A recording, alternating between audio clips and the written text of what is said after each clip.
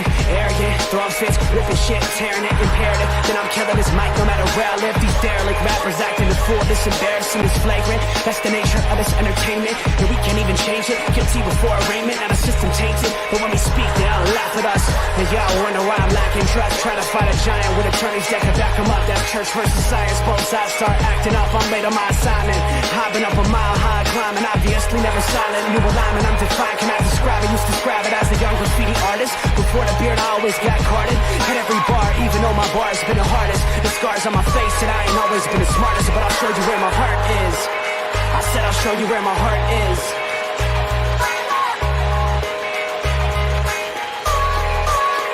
I can show you where my heart's at. See it on my sleeve. Even if the beat stops, my soul will not leave. If I never stood tall, nobody will ever see. I can show you where my heart's at. See it on my sleeve. I can show you where my heart's at. See it on my sleeve. Even if the beat stops, my soul will not leave. If I never stood tall, nobody will ever see. I can show you where my heart's at. See it on my sleeve. I can show you where my... The type of guy that would ride with the breeze. I'm higher than most people. I'm cold and icicle freeze. I'm liking to Mike Tyson. I'm a bison, a beast. I'm hot like Jamaica, like right by the beach. My pops is from a spot where they're fighting for peace. 8 years old out there watching people fight in the streets. All these sirens only make the violence increase. Yeah, we're still not loving police.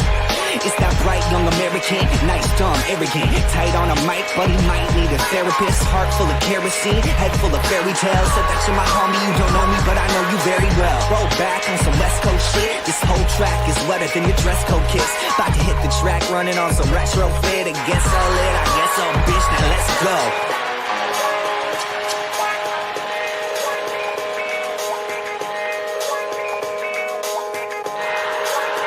I can show you where my heart's at. See it on my sleeve. Even if the beat stops, my soul will not leave. If I never stood tall, nobody... Ladies and gentlemen, it's Tuesday. You get to come hang with the fellas. We're back, ladies and gentlemen. Little sports nonsense and whiskey. Gonna run through a bunch of stuff tonight. Gonna have a lot of fun as usual. Pinky, Robert, how you doing, fellas? Gentlemen, Awesome, it is my Tuesday. man. It is a good day. Any nonsense? Anything over the weekend that you guys? We're jumping in tonight. We're gonna go because we got stuff I want to talk about. House of the Dragon, baby. So good. So excited. Been some good stuff so far. I know y'all are waiting. I know you said you might be watching Caleb on a weekly. Have you watched it at all? We're about to start. Remember last weekend we were really sick. That's right. And then this last weekend we were out in Nebraska at the family wedding and the farm festivities and stuff. So it starts tomorrow. We'll start rolling through it and we'll be caught up by Sunday. Awesome. Had a little bit of conversation with Pinky yesterday about the Acolyte. So definitely still on. I'm gonna finish it. I'm gonna give it its course and see where it goes. It might end up like 7, 8, and 9, but I have a different way of thinking of how this is being interpreted.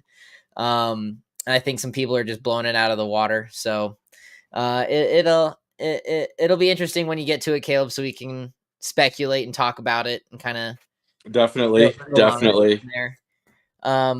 Otherwise, other nonsense. Not much. I got some nonsense. Hit it. Hey, Pinky never has that nonsense. Man, I am loving me some Liv Morgan. Oh, She is just doing her thing. She came out on SmackDown and did the Haktua thing in a promo. Oh man, I was dying laughing. She did what? the Haktua. Oh, I know what it is. Yeah, she did that. She had her belt in her hand, and she was like, just got a Haktua spit on this thing, and I'm all good. Like, it was awesome. Yeah, man. Okay, Liv Morgan. And then she's got the clips with her messing with the Judgment Day, and I'm loving all that because I know once Rhea comes back, she's gonna drop she's gonna crush everybody. I think she's just gonna come in and destroy all of Judgment Day, as she should. Like, F them all. So I am loving Liv Morgan. She's got my attention. I'm excited for Money in the Bank, which is next weekend. Not next. I'm sorry. Is it? Yeah, next weekend, July 6th. Yeah. So. Oh, that's 2 weekends. Well, this weekend is this weekend. I see what you're And saying. I got you. Yep. that would bad. be Yep. next weekend. You're right. Yeah. Yeah. I'm with you. See, I'm not as dumb as I look. I got it. I am sometimes. And Same. It's okay. I thought we should bring back something that we haven't done in a while. I'm going to try to do better about this, boys. It was a little bit easier when we were all in the studio together to get a bottle of whiskey and have everybody kind of test it out, check it out. But I thought at least once a month I'd go buy a bottle and try out. Cam, that's right. All Pinky does is love Liv Morgan, baby. I mean, that's the show, Cam. We're tapped out after that. Yeah. Stick with us if you want to, but it's all downhill, I promise. Pinky gets excited. What can I say? So I thought we'd try out this. I found this at the store, Blue Note. Interesting. And it is a straight bourbon finished with toasted French oak. It's 100 proof. And got a sharp bite at the end, but it is pretty damn good, man. Anything that says toasted on it, I have found I am a fan of. And I recommended it. Was 30? It was like $38, so not too bad. You know, it's under $40 for a bottle. That's not too bad. So it's Pinky approved. Excellent. Nice.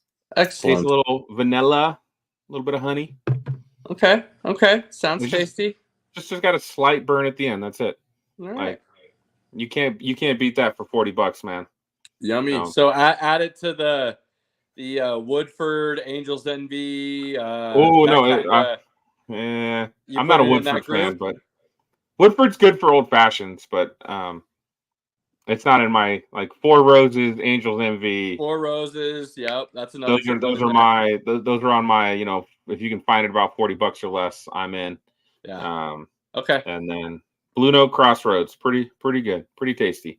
Nice. So, I will say that while it was fun to see family and everything, the highlight of the weekend was literally watching my son drive the tractor.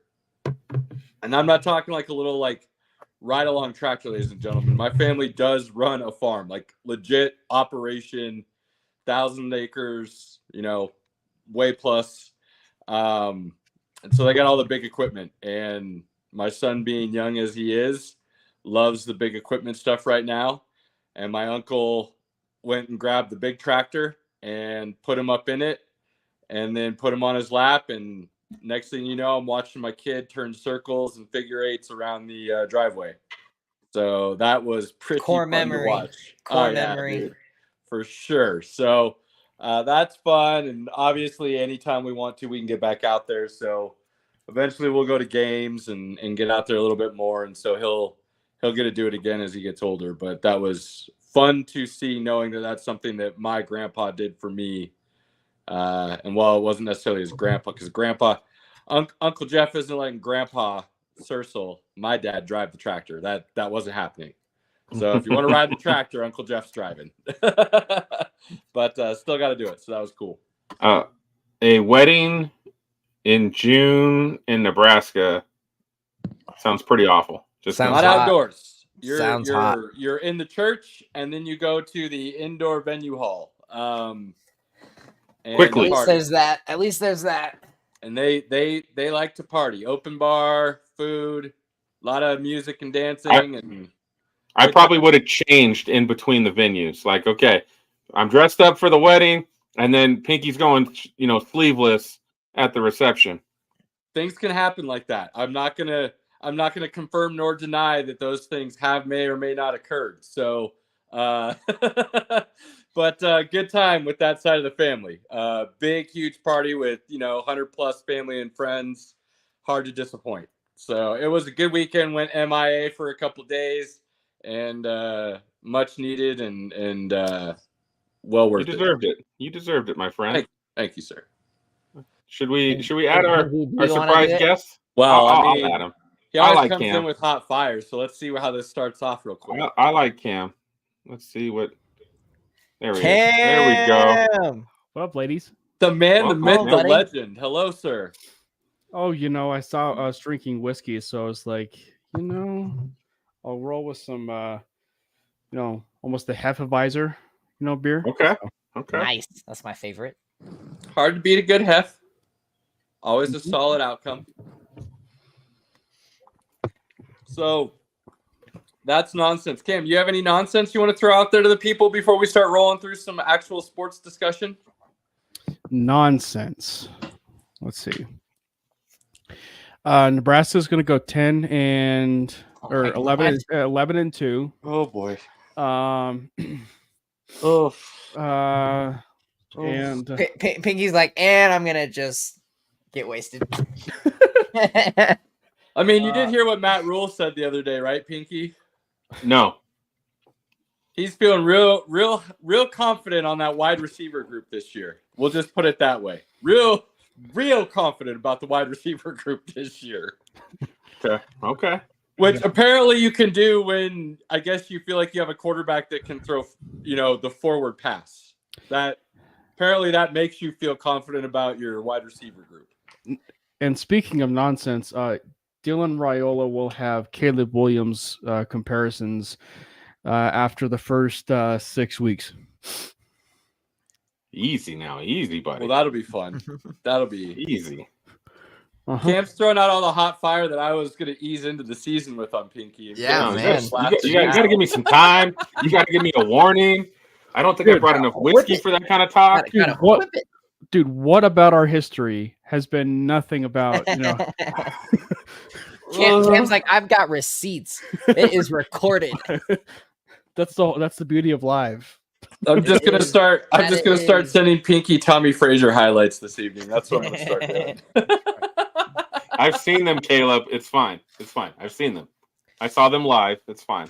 You want some Corey was there. Schlesinger mixed in? We'll sprinkle a little Schlesinger brothers in there for you. You like a good fullback. Give you some Runza too while you watch. Had some of that this weekend. Still delicious as ever when you don't get it whenever you want. I can't do Runza. I can't do Runza. I had some burgers and some Runzas. It was delicious. Didn't get my Valentino's fixed though, but I've heard it's not what it used to be, so may not be missing anything. I had some Runza in the toilet the other night, but that's about it. Got to condition yourself, Cam. Oh.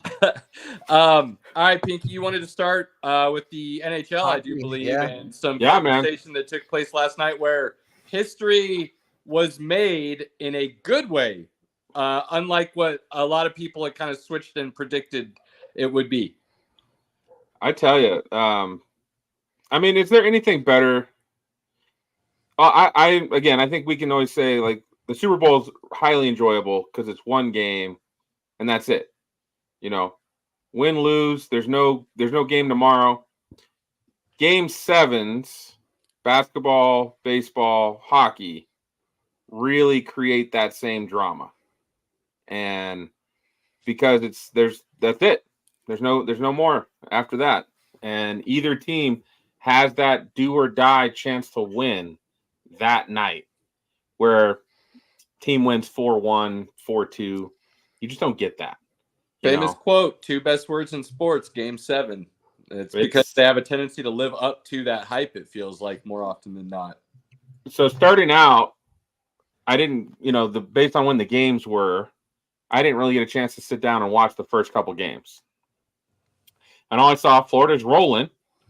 They're kicking the crap out of them. I think McDavid didn't get any points in games 1 and 2. Or if he did, he got an assist or something, but didn't really do anything that mattered. And then, before you know it, they're up 3-0. It's like, it's probably over.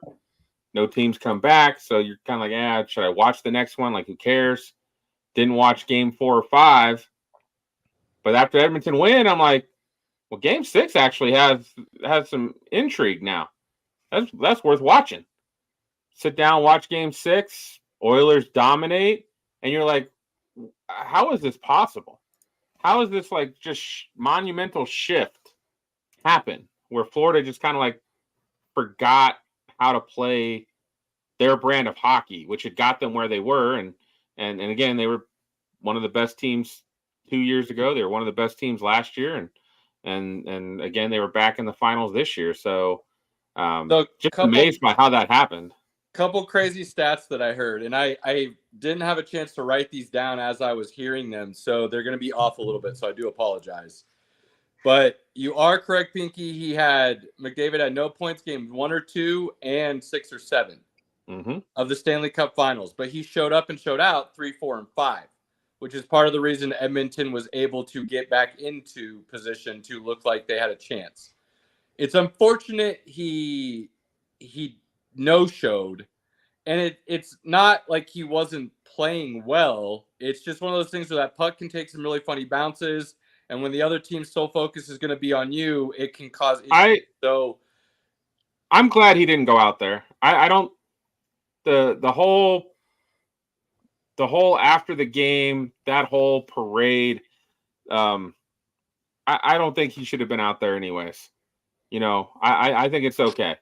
It's one of those things though where they were only down a goal, and so you want your best players and that opportunity on the ice at the end of the game. There's not much you can do there, unfortunately.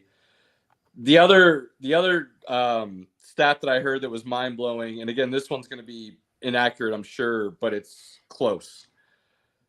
Edmonton had 2 3-game losing streaks this year. After the first one, they rolled off 6 wins. After the second one, they rolled off, it was 14 or 17, somewhere in there, which almost set or was the NHL record for wins in a row. So they're not unfamiliar with losing 3 in a row and then going out and smoking some games after that, right? So they knew this, and their coach and the players kind of talked about it, about how while it was still the Stanley Cup and it was unfortunate, it wasn't something that we felt uncomfortable in that situation. And both teams, I heard say, they didn't change anything from games 1 through 7. They had their game plans. They stuck to them. It was just that domination of will that made it look lopsided there for a second. But we saw 2 completely different styles, I think, which is what allowed those streaks to go off. Panthers were very much a defensive-oriented, first, gritty team that's going to go out there and find those weird puck bounces to score those goals, if you will, to go along with that grit, determination, and defense first. Where Edmonton is high-flying, fast, want to get the puck in the offensive zone, and they want to put that puck on net a lot.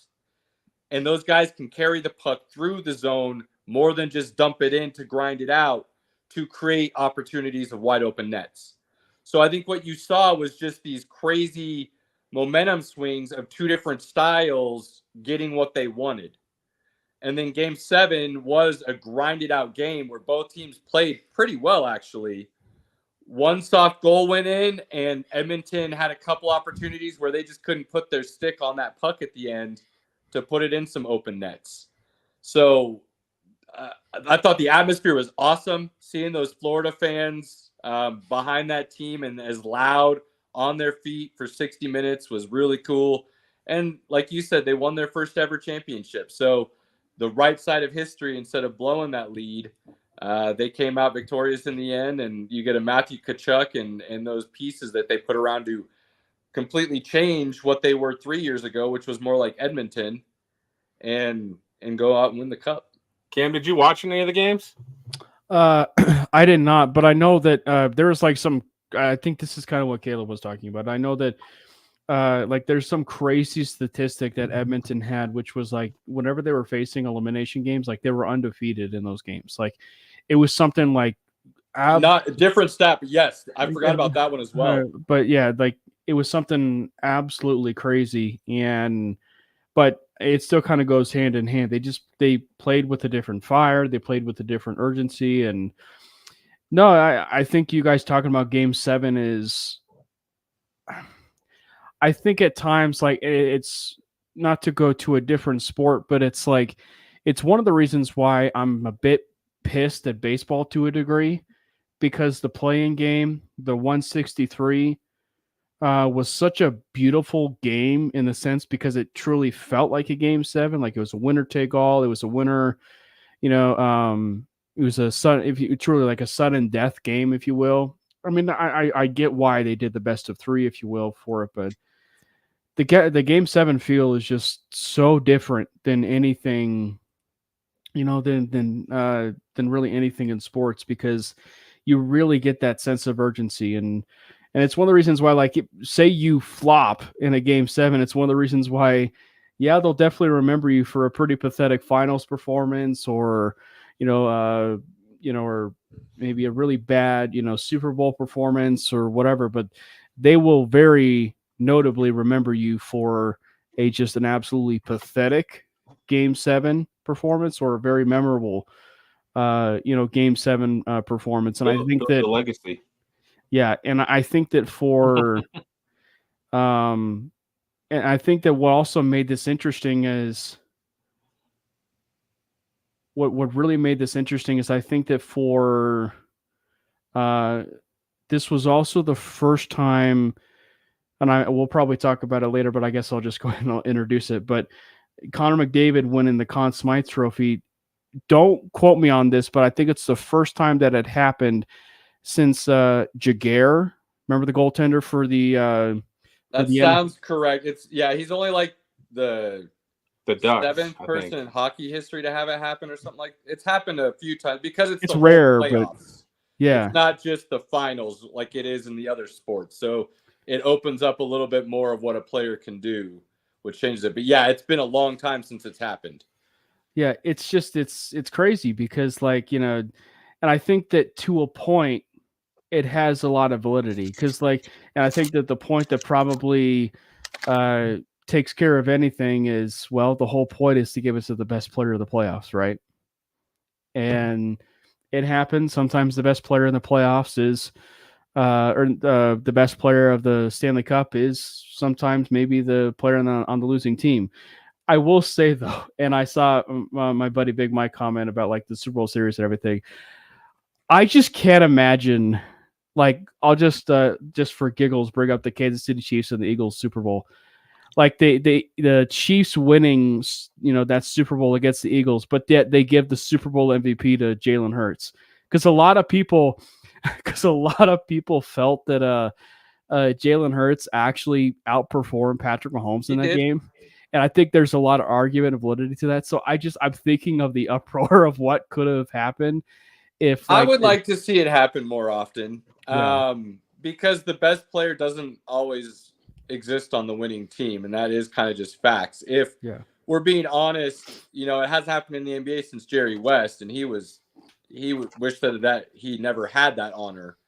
But I mean, when Andre Iguodala got the MVP in 2015, it should have gone to Steph Curry, and if we're being even more honest, it probably should have gone to LeBron James. So there are examples of the best player, if that's truly what it is, where they did not get the trophy because they weren't on the winning team. And I think people are scared to make that vote. As far as the Super Bowl series versus Super Bowl Sunday, Big Mike, no. Game 7s are fabulous, but they're specific to those sports, which makes them so fabulous.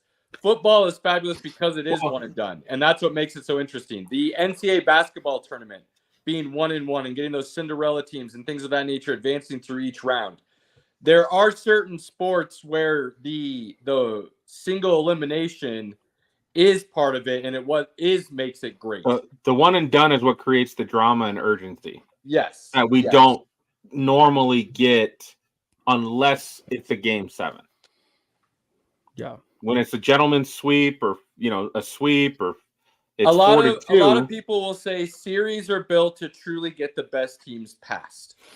Whereas football, you always hear that any given Sunday quote, because there is a lot of validity to it. The best team may not always win because the ball bounces funny. They didn't show up the way they should have. The other team played their best game in the history, or there were injuries where things changed in the middle of the game. There's a lot of factors that go into those things, which what makes those situations so great, like Pinky was saying. So there's beauty to both. We're not saying that everything needs to be a series by any means. No. Just discussing that. And with hockey, we've also said that if you're not a hockey fan per se, but you think about maybe wanting to watch it, always watch playoff hockey. It is a different level of the game. There's a different feel, intensity, speed when playoff hockey hits. So it is just not only playoffs, not only do you get game sevens, but it's already at this different level and energy to begin with, which I mean, just I amps think it you up. could say that about the major sports, hockey, basketball, baseball. When the playoffs hit, it's a completely different game. I won't watch baseball until it's playoffs. Like if it's not playoffs, I will not turn on a game. It's just I'm not going to do it. But basketball, I will. But the games are better in the playoffs. I used to think baseball needed more teams in the playoffs after such a long grinding season, and I have since reversed track on that.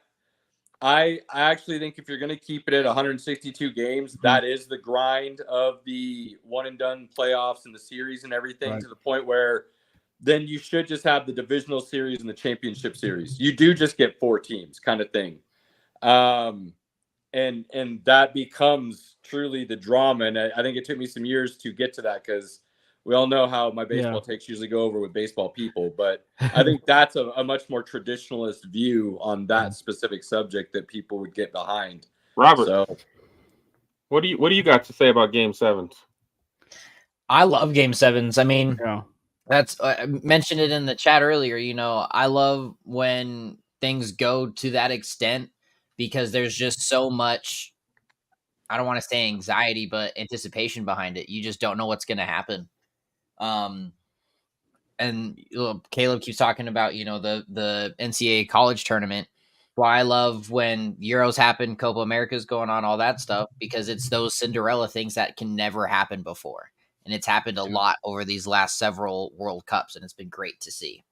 So I love when stuff like that happens because it's always unpredictable and you don't have to have a dog in the fight. It's just going to be a great, great game to watch, period.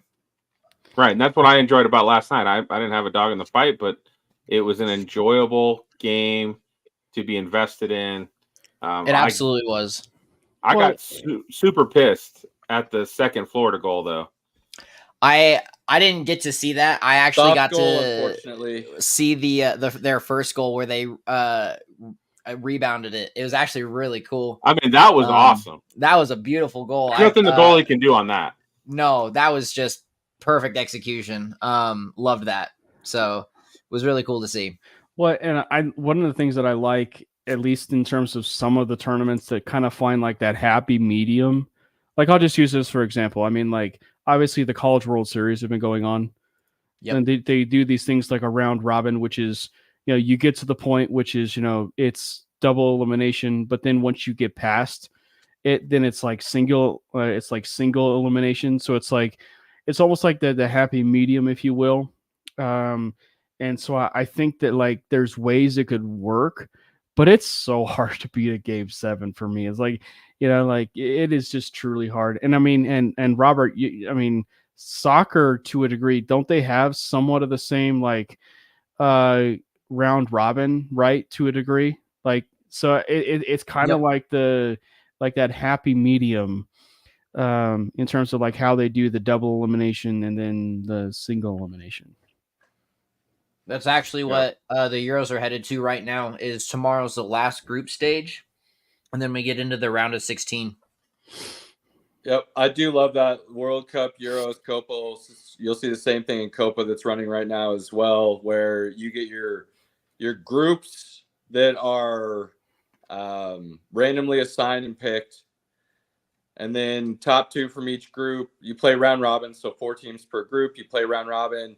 Top 2 from the group move on, and then you get your knockout stage, and then it's single elimination from there. So it is a little bit of best of both worlds in that you kind of control your own destiny to start, and then after that, it's anything can happen. Balls to the wall, baby. Yeah.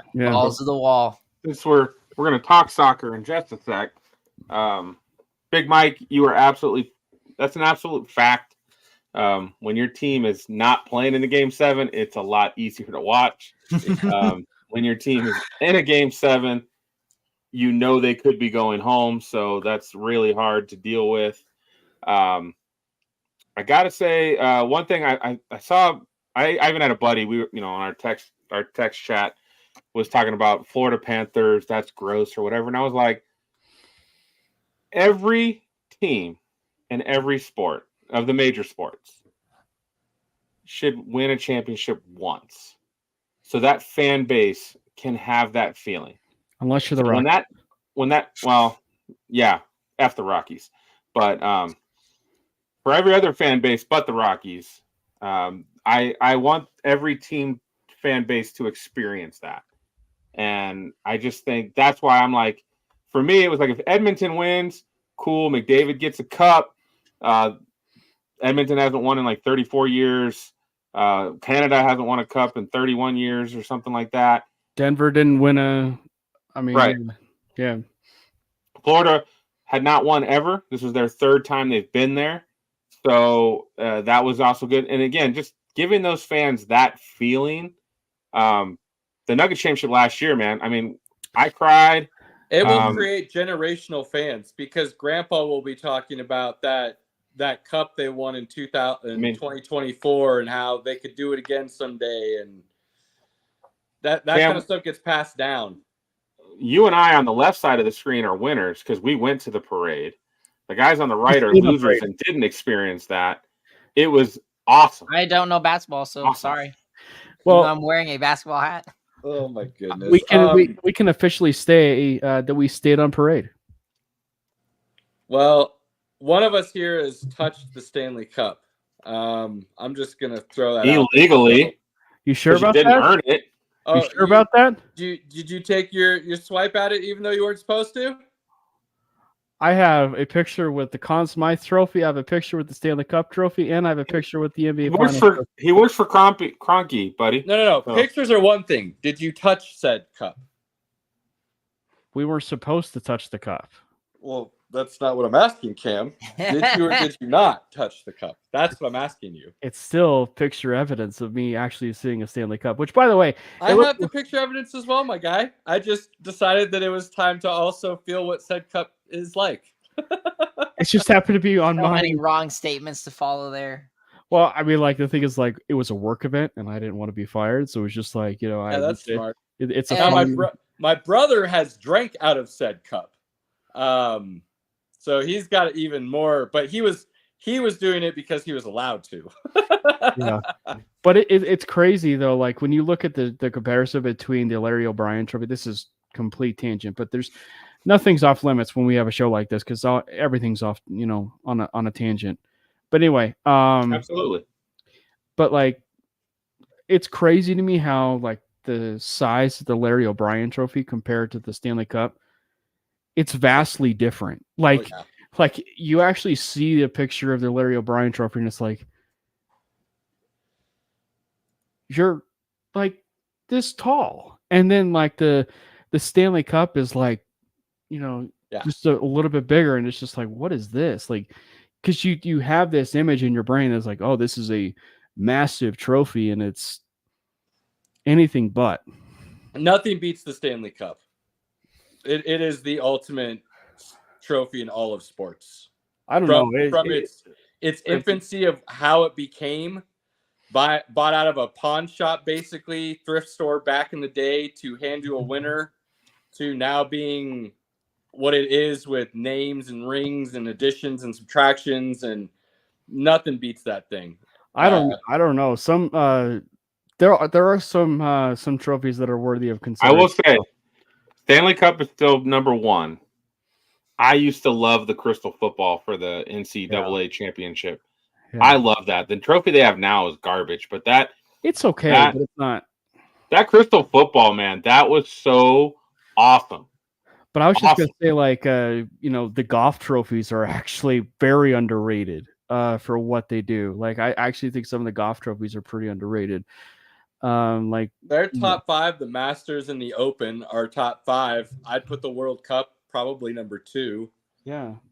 Due to it's isn't that just a little? Isn't that like almost like the Larry O'Brien though? Kind of. It's basic, a tiny little thing. Like the World Cup's probably like this. You hold those one hand. Like it's nothing huge, but it's been the same trophy for eons. World Series trophy. World Series Oh. is good. It's just that one's okay. That one's okay. what the fact that they directly engrave the history of the winner onto that cup, and it sits there, and then when it gets moved off, it doesn't just disappear. It goes into the Hall of Fame. Right. It's I'm interested to go to the Hall of Fame just to kind of see the different rings and the history, and I think that'd be fun to go do that. It'd be a good look, my guy. You wear that anywhere, and you're pretty much given entry. Plus, and you guys don't know this, but Big Mike loves Wingstop.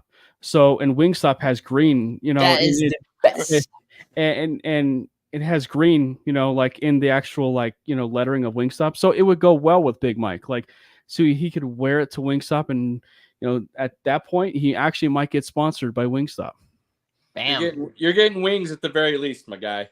Getting wings at the very least in that situation. Make that money, Big Mike. Make that money. I have been fortunate enough to also hold a gold medal.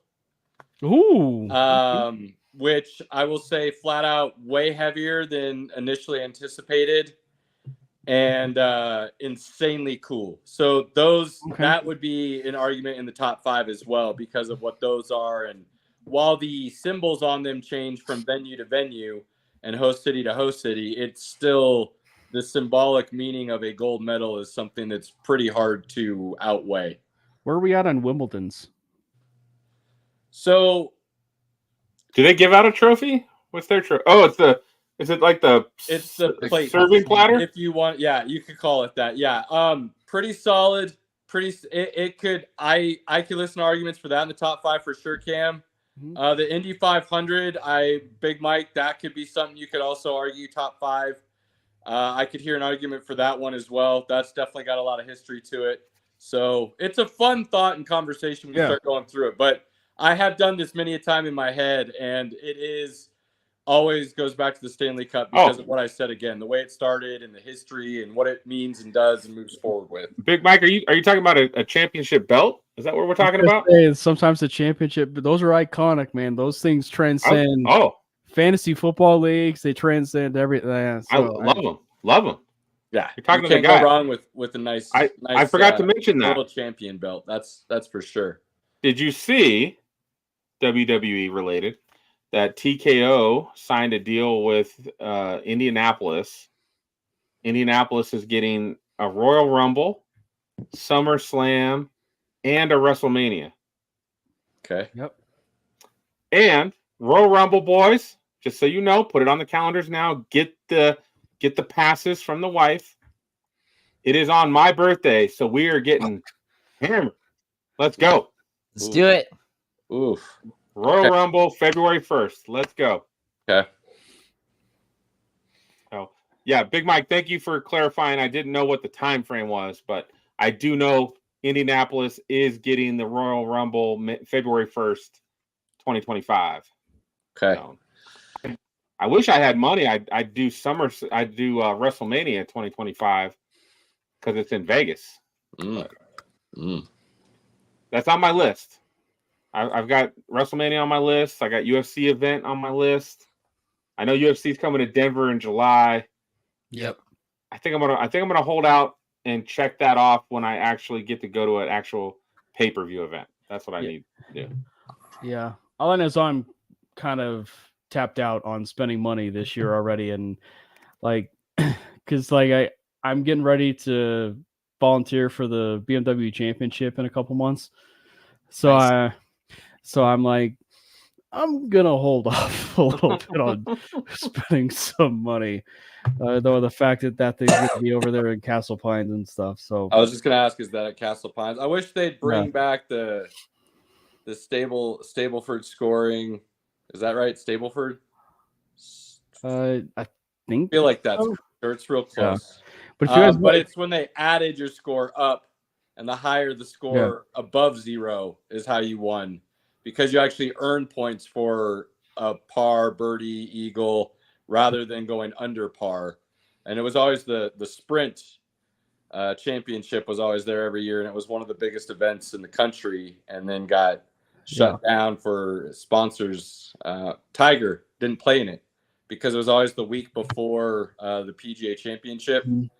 and he would usually skip the event, and it started hurting sponsorships eventually, and it closed. So it's nice to know Castle Pine's been getting more consistent tournaments here over the last couple of years. Yeah, which, by the way, if you guys actually want to get tickets, there's still some tickets available. I think general admission is $100 right now. So if you guys actually want to get some tickets, better jump on it while you can. You better be in shape to go walk that course, ladies and gentlemen. The heads up. That is not a flat scenery. Before we hand the floor to Robert,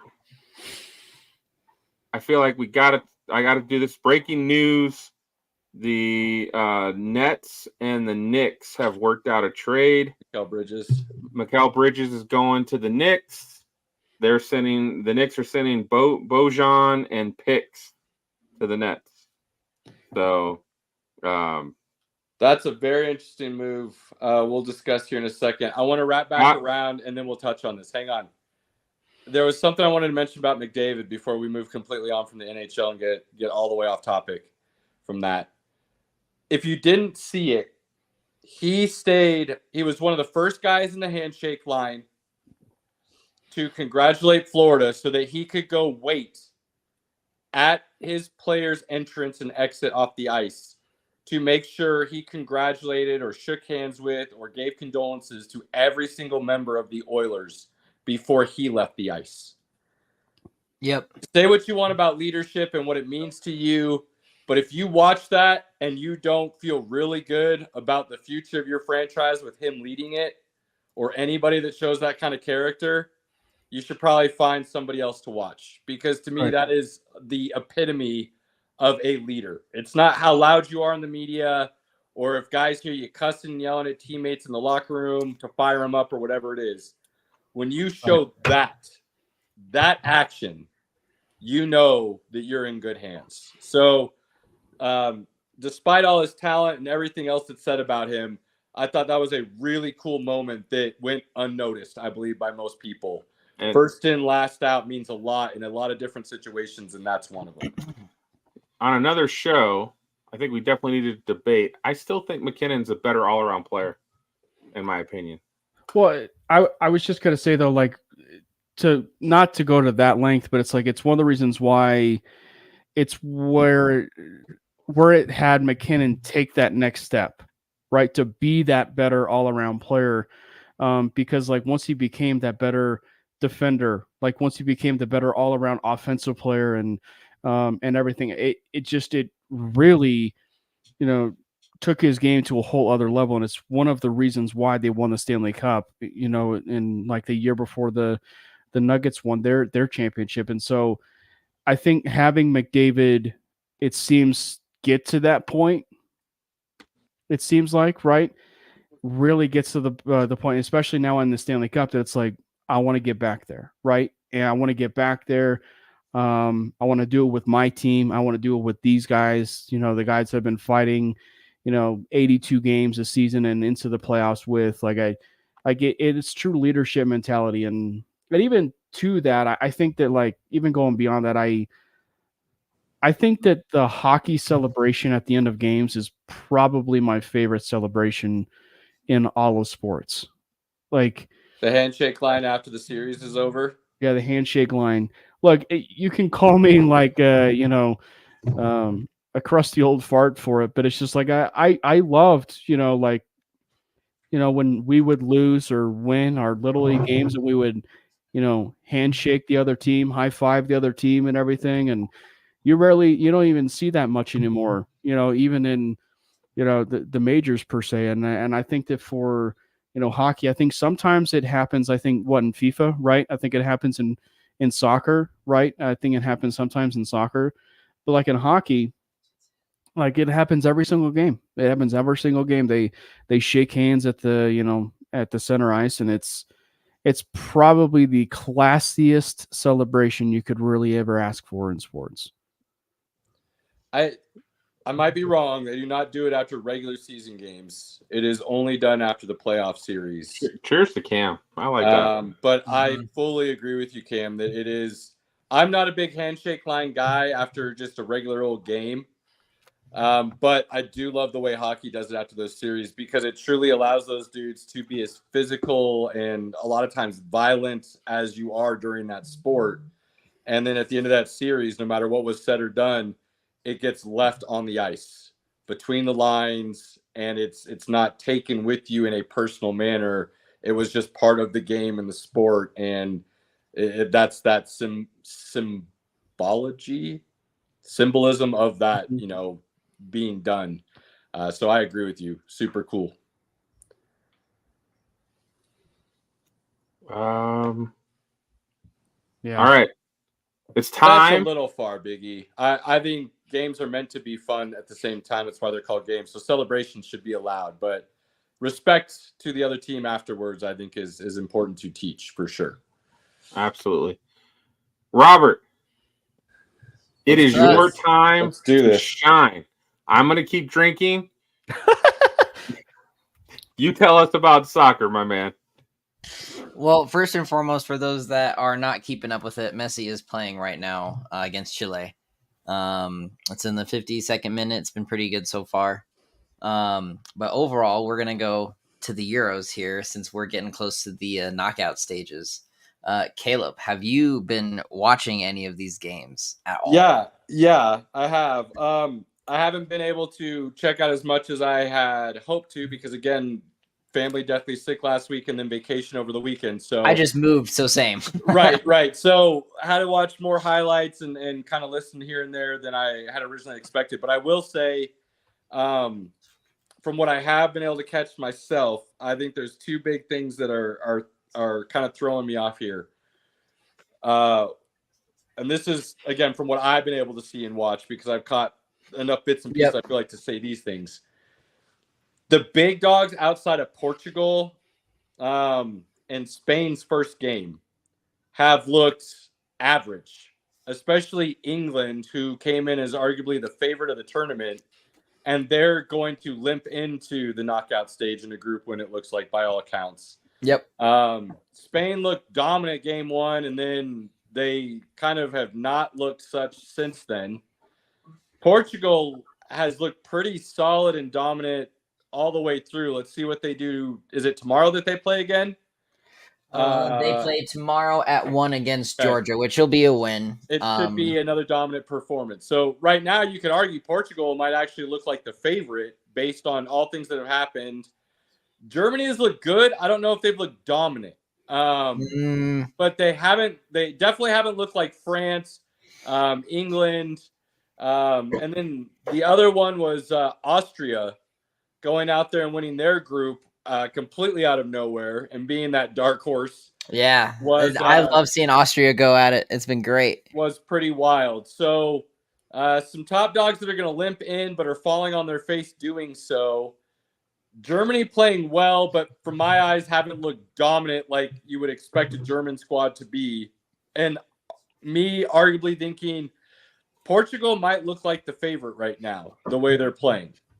I don't know. Spain, I think, is playing really well. I think they've got a good shot. Portugal, yes. I really think Germany is going to be a standout. They're going to have the win against Denmark. That's just, I don't see them losing that match. There's just no way. I think as long as Germany keeps healthy and fresh, I think they got a good shot. I won't be surprised if they don't make it to the Final Four, the semis, but we'll see.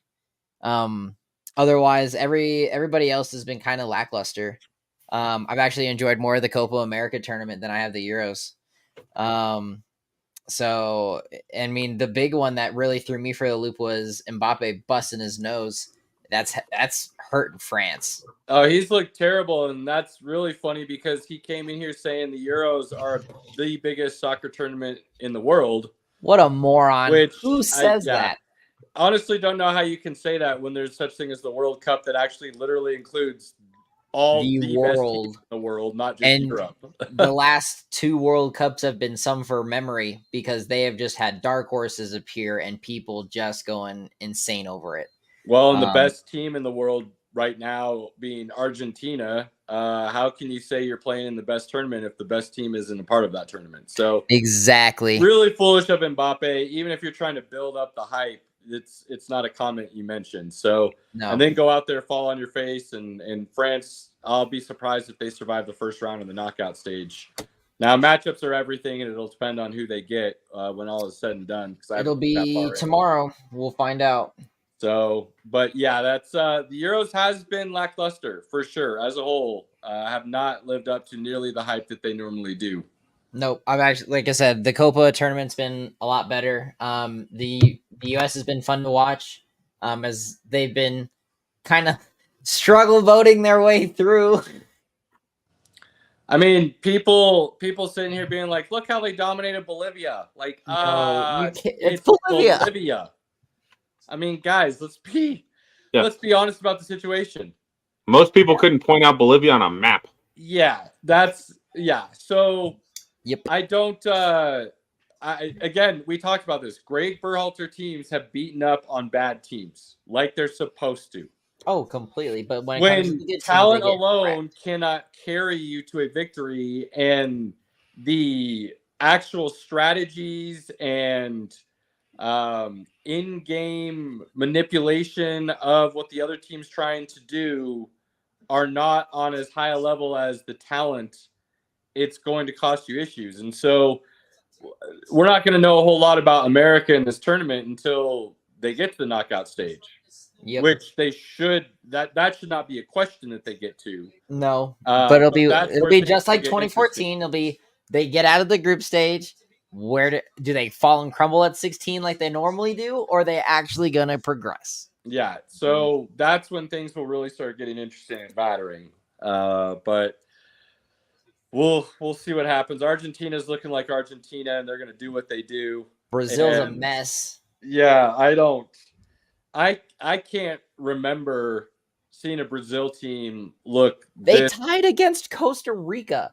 Who ties against Costa Rica? They're average. Like watching a Brazil team play average is wild.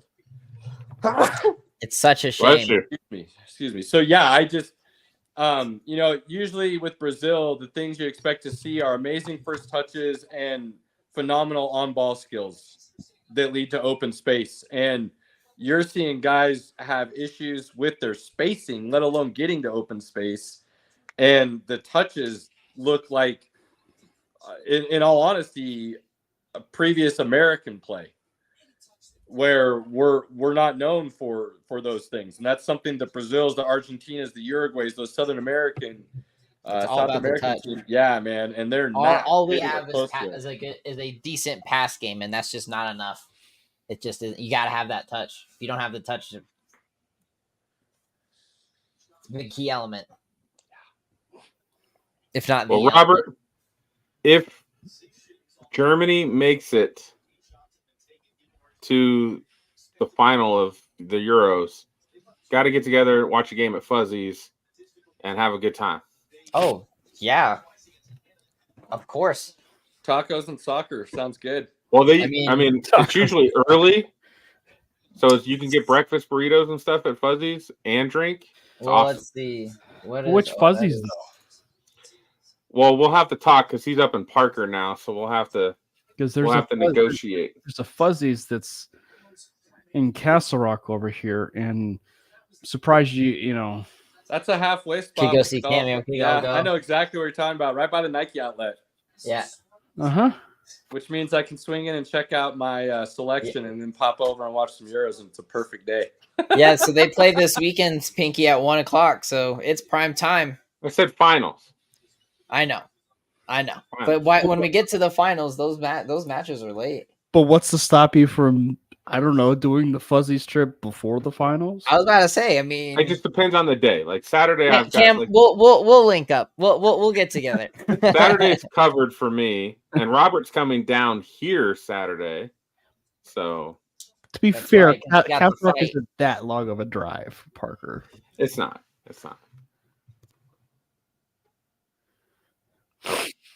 Second.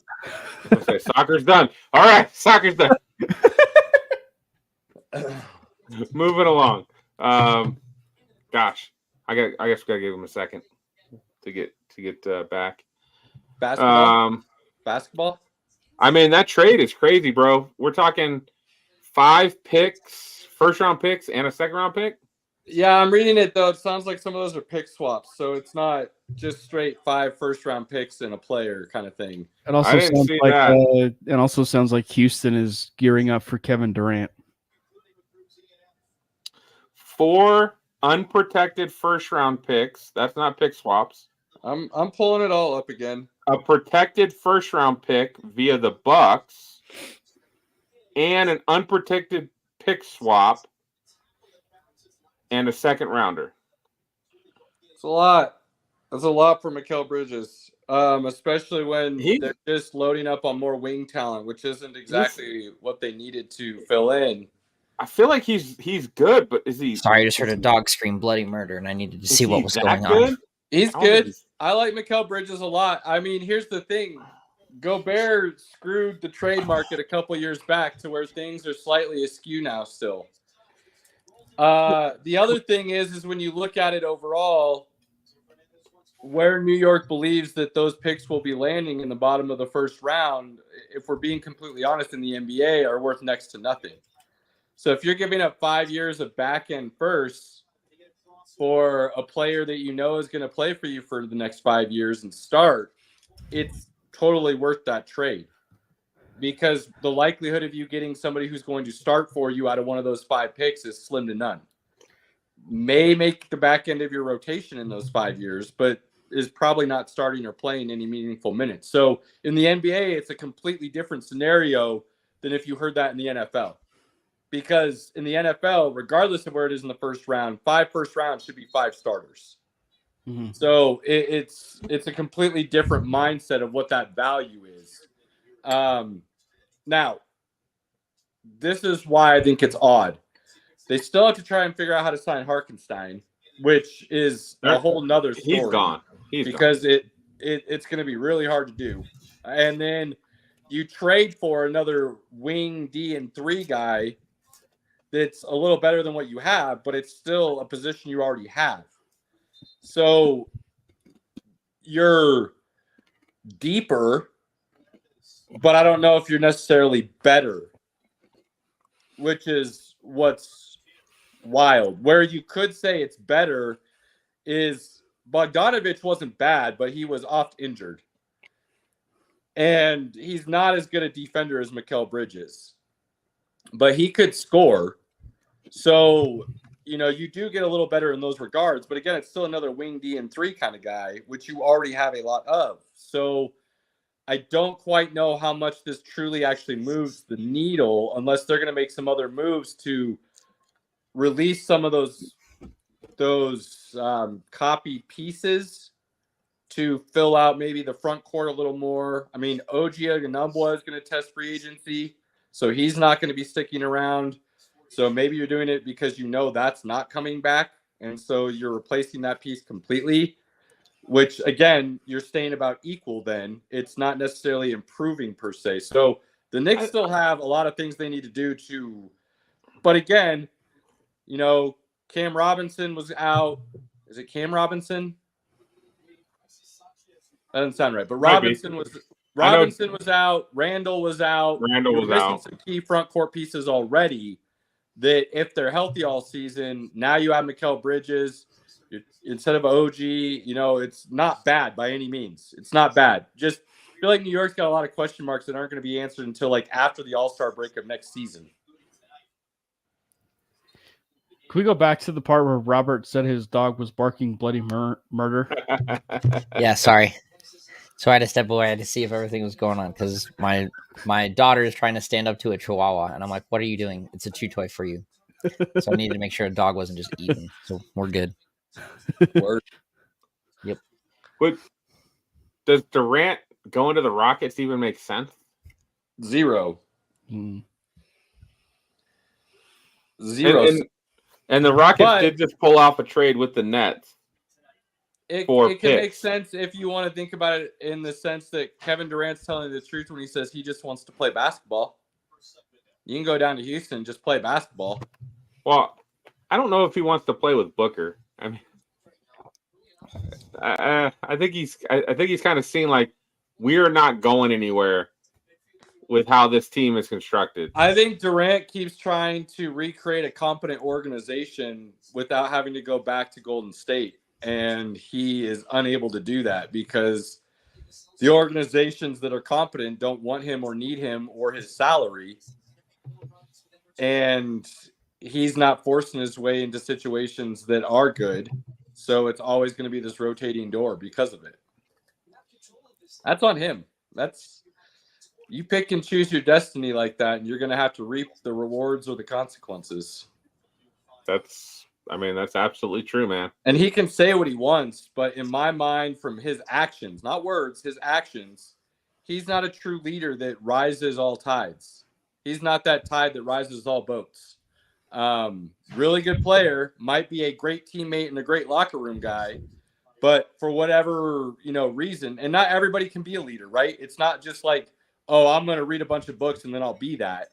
It's an innate, like, God-given gift, if you will. Leaders are just inherently that.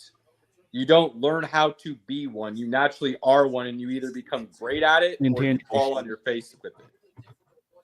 Right. So I do like NBA draft is tomorrow and Thursday. Yep. And then NBA free agency, I think, is the week after. Yep. So I feel like we will have some more NBA topics to discuss. Well, we still got one. JJ Redick was announced as the Lakers head coach. That's right. And I posted this, and it blew my mind how many people thought they were instantly smarter than the Post and had no idea what they were talking about. And I don't know if this is one of those Mandela effects or what, but I compared the JJ Redick hiring to Steve Kerr and talked about how there are a lot of similarities to the situation, being former role players who were really good at what they did, who I both believe were really great basketball minds, and who didn't have any coaching experience before they got the hire. Now, Redick did a lot more media than Kerr did, and Kerr came from the front office into the head coaching. So he went media, front office, then coaching. Redick did a lot of media, podcast breakdowns, things of that nature, which is a little different than what Kerr did, and then to coaching. But a lot of people blasted me for saying there's a comparison because they said Steve Kerr had coaching experience and was an assistant under Greg Popovich with the San Antonio Spurs. And I don't know where that was coming from. And I had multiple people calling me an idiot for not knowing this. And I just simply referenced them to Steve Kerr's Wikipedia coaching page so that they could understand that he had no coaching experience until he got the Golden State job, and then did assistant coach under Greg Popovich for Team USA basketball. Yeah. But he was already a head coach at that point. So I was surprised that people did not see the comparison for what it was and the validity behind it. I think Kerr, though, walked into a much better situation, both in personnel and front office, where I think JJ is walking into a firestorm. And while the Lakers, being the Lakers, can make some moves to make that roster better still if they're willing to, you're still then with the front now. The roster may improve and give you some hope, but then that front office is still that front office that I would have no faith in. So long term, I think JJ is on the hot seat for quite an extended period of time here, whether he wins or loses. I mean, we know he gets 2 years. He's getting 2 years. Yeah. At the very least. I can't even say that that's a guarantee with the way they've done things. And if he will be the scapegoat, plain and simple, it's not going to be LeBron James and it's not going to be Jeannie Buss and Rob Pelinka. It will be JJ Redick. So if things hit the fan and go poorly, whether it's injuries or guys not buying in or the roster never gets any better, and they can't become consistently top 5-ish in the West, and they fall on their face again in the first round of the playoffs, I could easily see them scapegoating Redick and moving on and saying, didn't have any experience, couldn't handle the locker room, we're moving on to somebody who does. And that'd be the story, whether it's true or not. So I think it's a sketchy move for Redick to make. You can win really big with this move as your first head coaching job, but I think there's more of a likelihood you fall on your face, and that's what's crazy about taking the opportunity. Yeah, you know, I feel like for the comparison for him, I feel like would necessarily fall under the, you know, I think the Steve Kerr will probably be maybe the high ceiling, but I think maybe the Oh yeah, but like the realistic ceiling would probably be maybe. I'm actually surprised you didn't get a chance to see his or say his name, but it's a former Laker coach, former player, Walton. Luke Walton, and I think that you know that's kind of like maybe where maybe like the expectation probably could be, because I think that if you know if he's able to get what he needs to out of his player development, you know, then they're at least able to get to that point. The question is just like to the Steve credit or sorry to the Steve Kerr point. It's like one of the things that made Kerr take things to the next level was due to the fact that Mark Jackson. It's kind of funny that Mark Jackson really didn't get a gig after what he did at Golden State, because for what Mark Jackson did at Golden State is in large part with what Steve Kerr was able to grow off of that. And so I think that, you know, if he's able to stick to the player development, which is a big thing in their press conference, was player development. If they can stick to their whole player development idea and develop the players that they truly need to, I think that they'll be in a much better situation than they were, you know, many years prior. Because like, it is what it is. LeBron is getting older. At some point, you've got to make that really harsh reality move of moving on. You know, like that harsh reality move of moving on from him. And then at some point, you know, you've got to truly rely on your player development. And hopefully it works out for him. Because I actually really do like JJ Redick. And I think that his type of candor, his type of personality, I think is something that the Lakers really haven't had, really, honestly. I mean, Walton had probably some charisma to him, but Redick has got, you know, he's got the arrogance to him, but he's got the smarts to him that I think he knows, you know, when to play it, you know, like he's pissed off when he knows when to play it, like when he's cool. So I think that if he's able to really be who he can be as a coach, I think the Lakers will be fine. So absolutely. Great points, Cam. I will say, to kind of piggyback on that in a couple different directions. One, my Steve Kerr comparison has nothing to do with his potential or ceiling as a head coach. It's more the situations as they're walking in as first-time head coaches without experience. And what I believe are both really intelligent basketball minds. How they translate that, Kerr was brilliant at and took it to another level.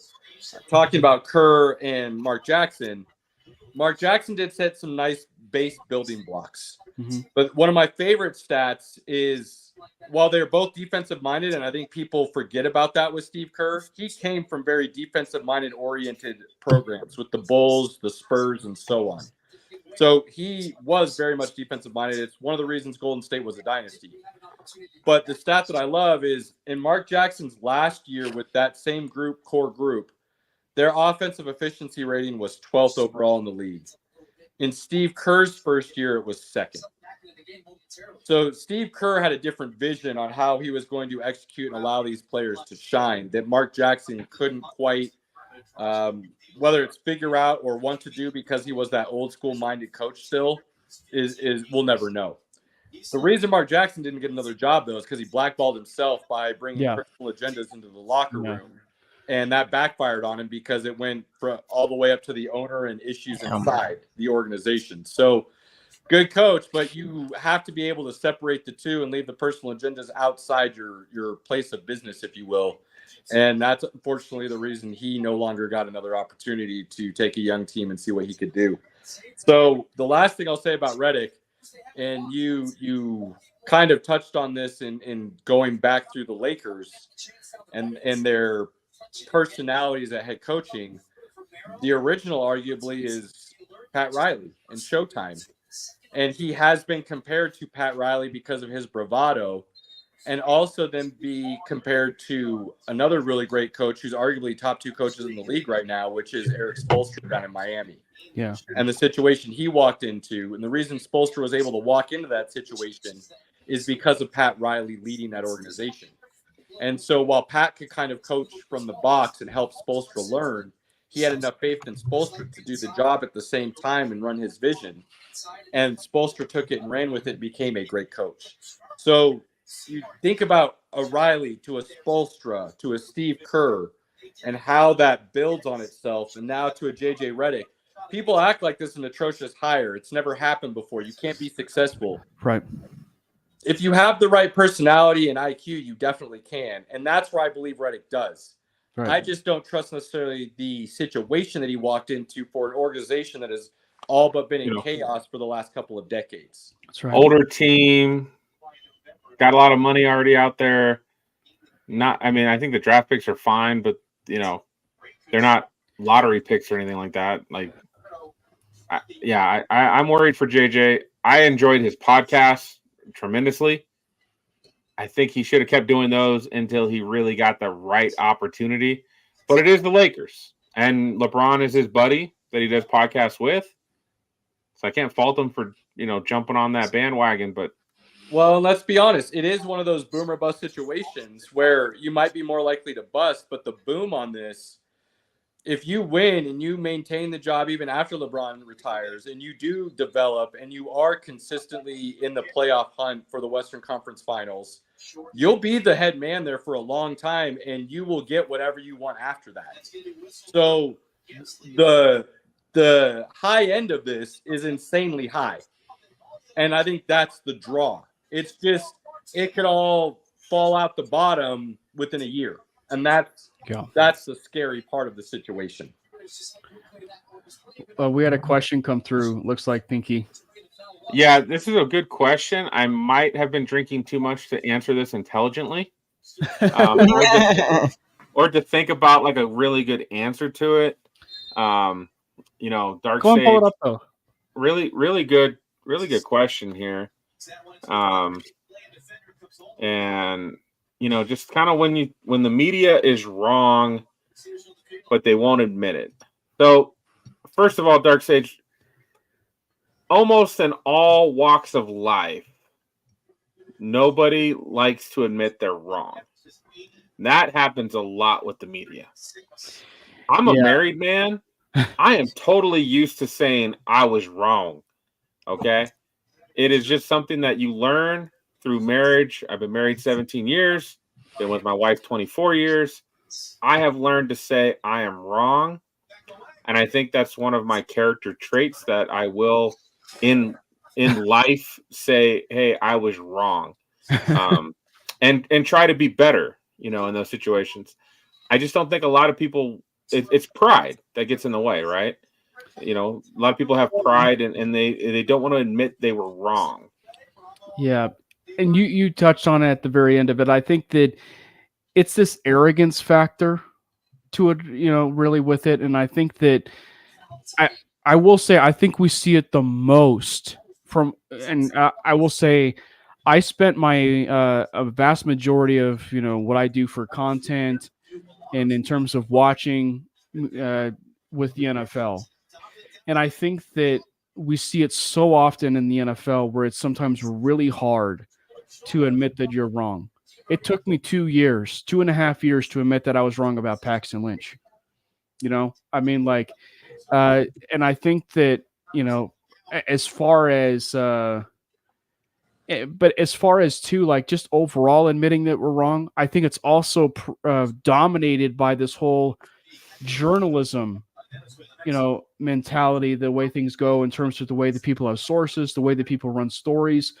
We all care about being right than we do right and first than we do about actually being wrong. And I think that in the day and age of sports, and particularly the NFL, when it is dominated by a lot of former players who have a lot of personalities in those booths, there are some arrogancies to them. And I think that they don't want to admit during times, especially during plays, oh, you know what? This pass interference penalty that, happened, just this last, couple plays ago really was pass interference. The more things look about it, it's hard for them to really, I feel like, admit that they're wrong, just given the fact of who they are. And also, it's sad because as a human nature, it's really easy for you to admit that you're wrong, right? It is really easy for you to admit that you're wrong. And so I just think that, like, specifically in the NFL, it's just really hard for people, particularly, to just go about and be like, oh, this particular play where,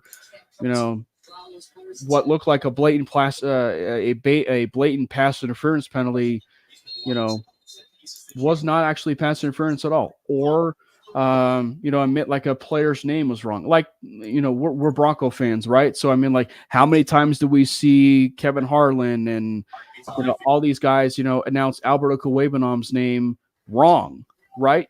And so for them, when they would pronounce his name wrong, they would never come back and be like, you know what, I'm sorry, it's actually Albert Okwuegbunam, not Albert Okwuegbunam, or whatever, like the way that they would pronounce it. So, like, it's such a very lame and very tame example, but it goes to show you that I think there's a bit of an arrogance to them that they're afraid to admit that they're wrong because of the backlash that they're going to be able to, get from that. So, and again, I'll have to think about that a little bit more, Dark Sage, to give you an answer about when the media is wrong. I think one thing I've noticed about the media a lot is there's so much of a recency bias with all their sports takes. That really gets me. That gets me going. I don't like the recency bias. I know it's the last thing we saw. Example, the Celtics winning the championship. They went 16-3 or 16-4 or whatever it was. And they're being talked about as one of the greatest teams of all time. I don't think that's true. They beat 3 teams without their top player, and they still gave up a game. Like, they should have swept. They technically should have swept everybody they played. I'll take it a step further. Dark Sage, I think it goes back to the issue of credibility. Yep. And it's become a situation in today's media that if you admit you're wrong, somehow you lose credibility rather than gain it. Yep. And it's 100%. One of our biggest pet peeves when we were just buddies hanging out talking, which is one of the reasons it led to us wanting to do our own podcast.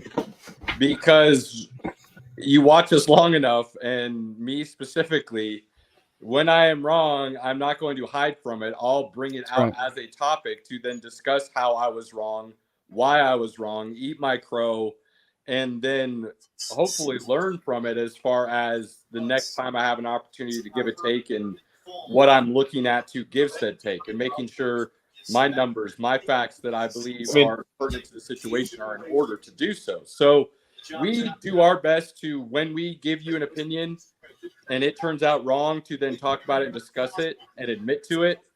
And then we also, if we're going to Albert Okwuegbunam, I'm going to butcher his name right now. I'm going to butcher your name. My apologies. And I'm moving on because, just say no big deal. And then it's not going to be a big deal.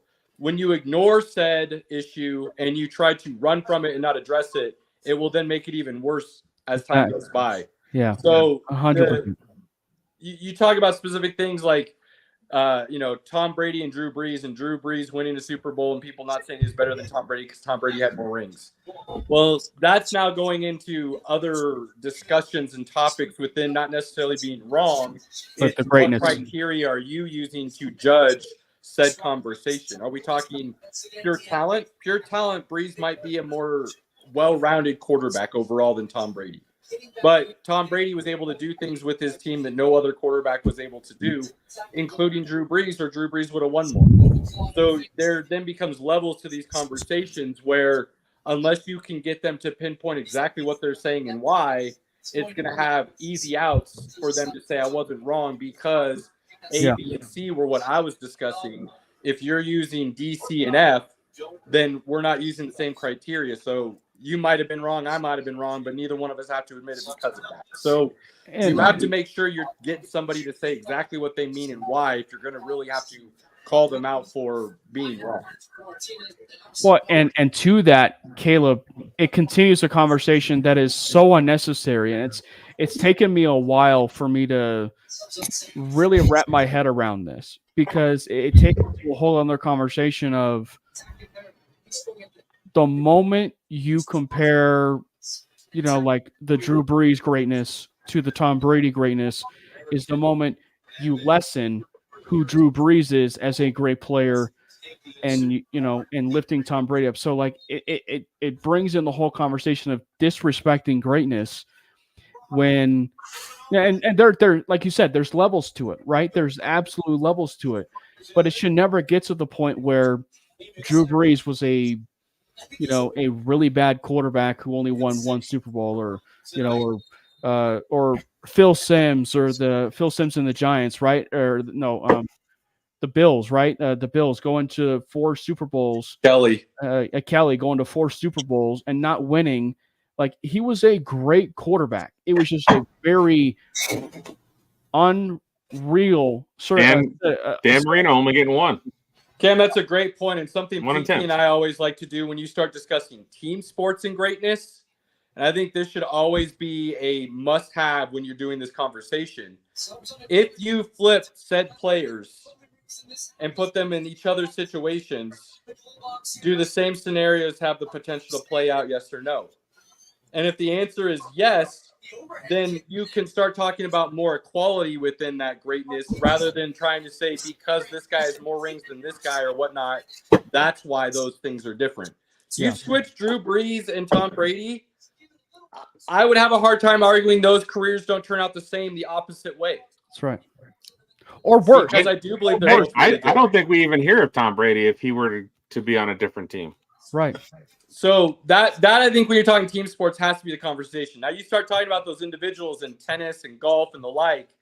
Now you can really, I believe, start saying one person is above the other because of victories and accomplishments and how they went about doing it, because there's a much more equal comparison in those situations. So the greatness conversation is so different depending on what, who, when, where, why, and all those things that I feel like are not part of the normal start of that conversation for some reason. And I think it can drive a lot of people bonkers when perimeters aren't set.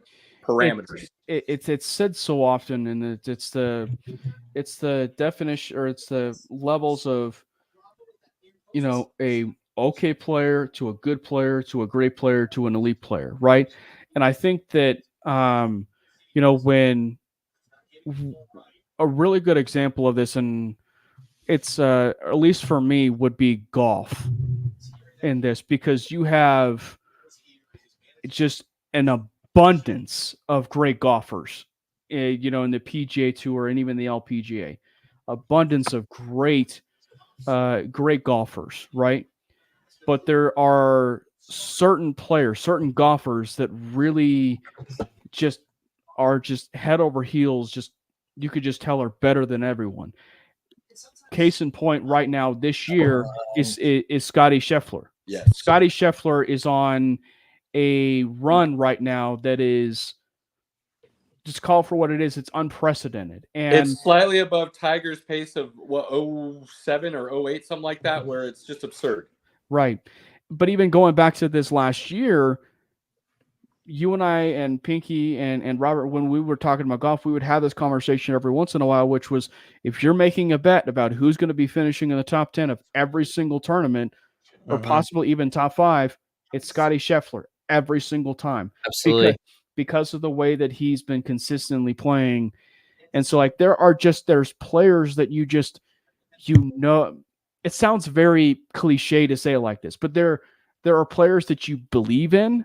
Like, you can believe in other players, but like, there are just players you believe in where you just know that night in and night out, they're going to basically be who they are and perform exactly the way that they are standard wise for the course. I mean, like, it just goes to show you also too, like they're also human. Like you put Scotty Scheffler on Pinehurst number 2, like this last week, he's human. Like he's human like the rest of us, right? And so, and it takes a course like that for a live golfer who can hit it 600 yards, and Rory McIlroy to miss 3 consecutive, 3.5-foot putts for Bryson DeChambeau, to win, the tournament last week. And so it's just golf is it's one where you can have some consistent. Golf is a cruel bitch, but it's one where you can also have, depending on how good that golfer is, a string of just a dominant performance of just one golfer. That's the key word for the show. You said it, Cam. You just won the prize at the end. We'll get that to you later. But dominance is the word, ladies and gentlemen. Dominance. So It's a very to wrap it up for you, Dark Sage. theme. The media, it's a combination. You're going to get your ego, your pride, and this weird reverse engineering of credibility that has taken over, to where the combination of those things has created this situation where it's not done the way it should be. Ooh. And we truly hope that we are not brother. like that. We truly try to be different in that regard. I have an answer. The media was terribly wrong, because there's a lot of takes about it, on Patrick Mahomes. There's your answer, Dark Sage. I mean, that's not really an answer. You just gave him an example of what he was asking you. But yeah, that's a good example. I mean, the media was really wrong. There was a lot of takes about, but none of them went back and admitted that they were really wrong about it. Nobody admits they're wrong. We do. This is the funniest. Because we're real. Because we're real, Caleb. But we haven't bought out by corporate. I don't have media credentials yet, so technically I'm not in the media. So okay. The funniest thing is Caleb and I are giving this like incredible lecture answer, and then Pinky goes, "Oh yeah, Patrick Mahomes." Done. That's your answer. Figure it out on your own. Decipher that shit and move on. Cheers, my guy. I love you. You guys. What am I going to do with you guys? So, with that being said, transition right into your happy place, Pinky. What are we discussing for the football people out there this evening? All right. For our football fans that have stuck with us for almost an hour and a half. Hey, if it wasn't entertaining, it's not going to get any better, people. I made that very clear at the beginning. It might get better, actually. It's going to get better. We're going to talk the NFC North today. And I think we've mentioned it prior. I think this is the most interesting, and I think it's arguably the best division in football. Yeah. I think you could argue both of those points. So pretty well. I will say NFC North, AFC North, I believe, are the 2 best divisions in football right now. Arguably. And I think, starting off with the Minnesota Vikings are going to be last in their division, I think. And they're going to be 8-9 or 9-8. Like, they're going to be almost a playoff team and be worse in their division.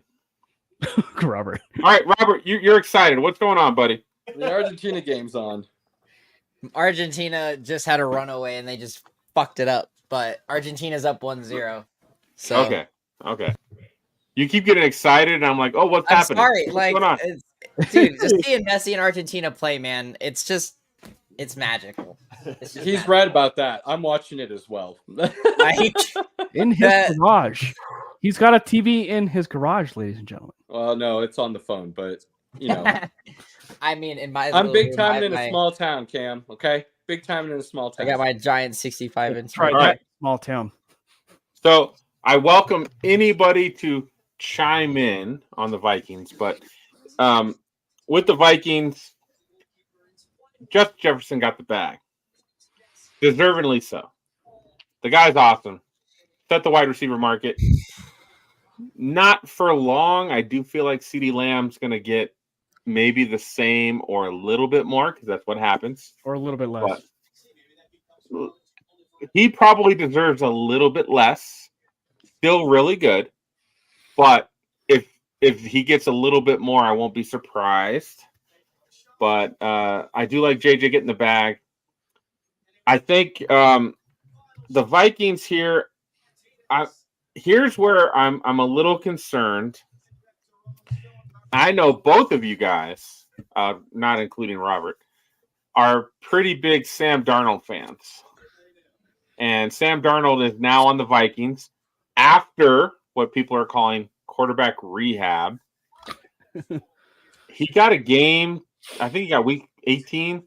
I don't think he was that great. So I don't know if he With really the third string of San Francisco. I mean- all right, cool. We're gonna. I judge mean, him off again, that game. yeah, he didn't have all the starters out there, to his credit. But I'm not willing to be like, oh, he's going to be amazing. You don't have Could to. he I be? will. Sam Darnold's about to ball out this year.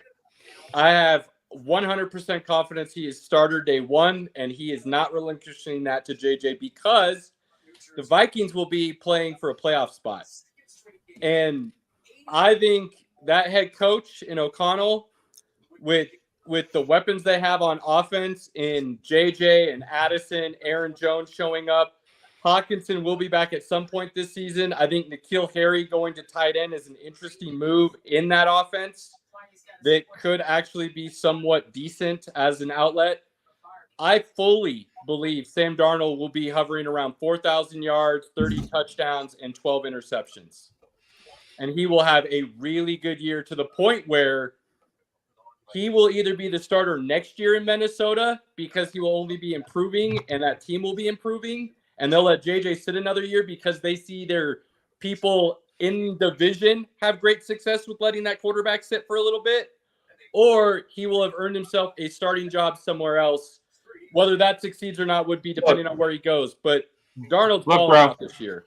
Sam Darnold is not starting next season because he's only on a 1-year contract. That doesn't mean anything. There's no way the Vikings are going to pay him $30 million, $40 million a year after drafting JJ. That's not going to happen. He's not going to be a Viking after this season. Book it. I mean, I think he said it here, so he's gonna eat crow next season, Caleb. That's not happening. They're not going to pay him that kind of money, Robert. Robert Pinky doesn't eat crow. Let's just be honest about the situation. It'll just be black. The best you get is a FU move on when it's brought to the black That is not true. I will say I'm wrong when it happens. It just takes about a couple years. Cam's speaking from experience, so you know we can use that. Yeah. But I don't know.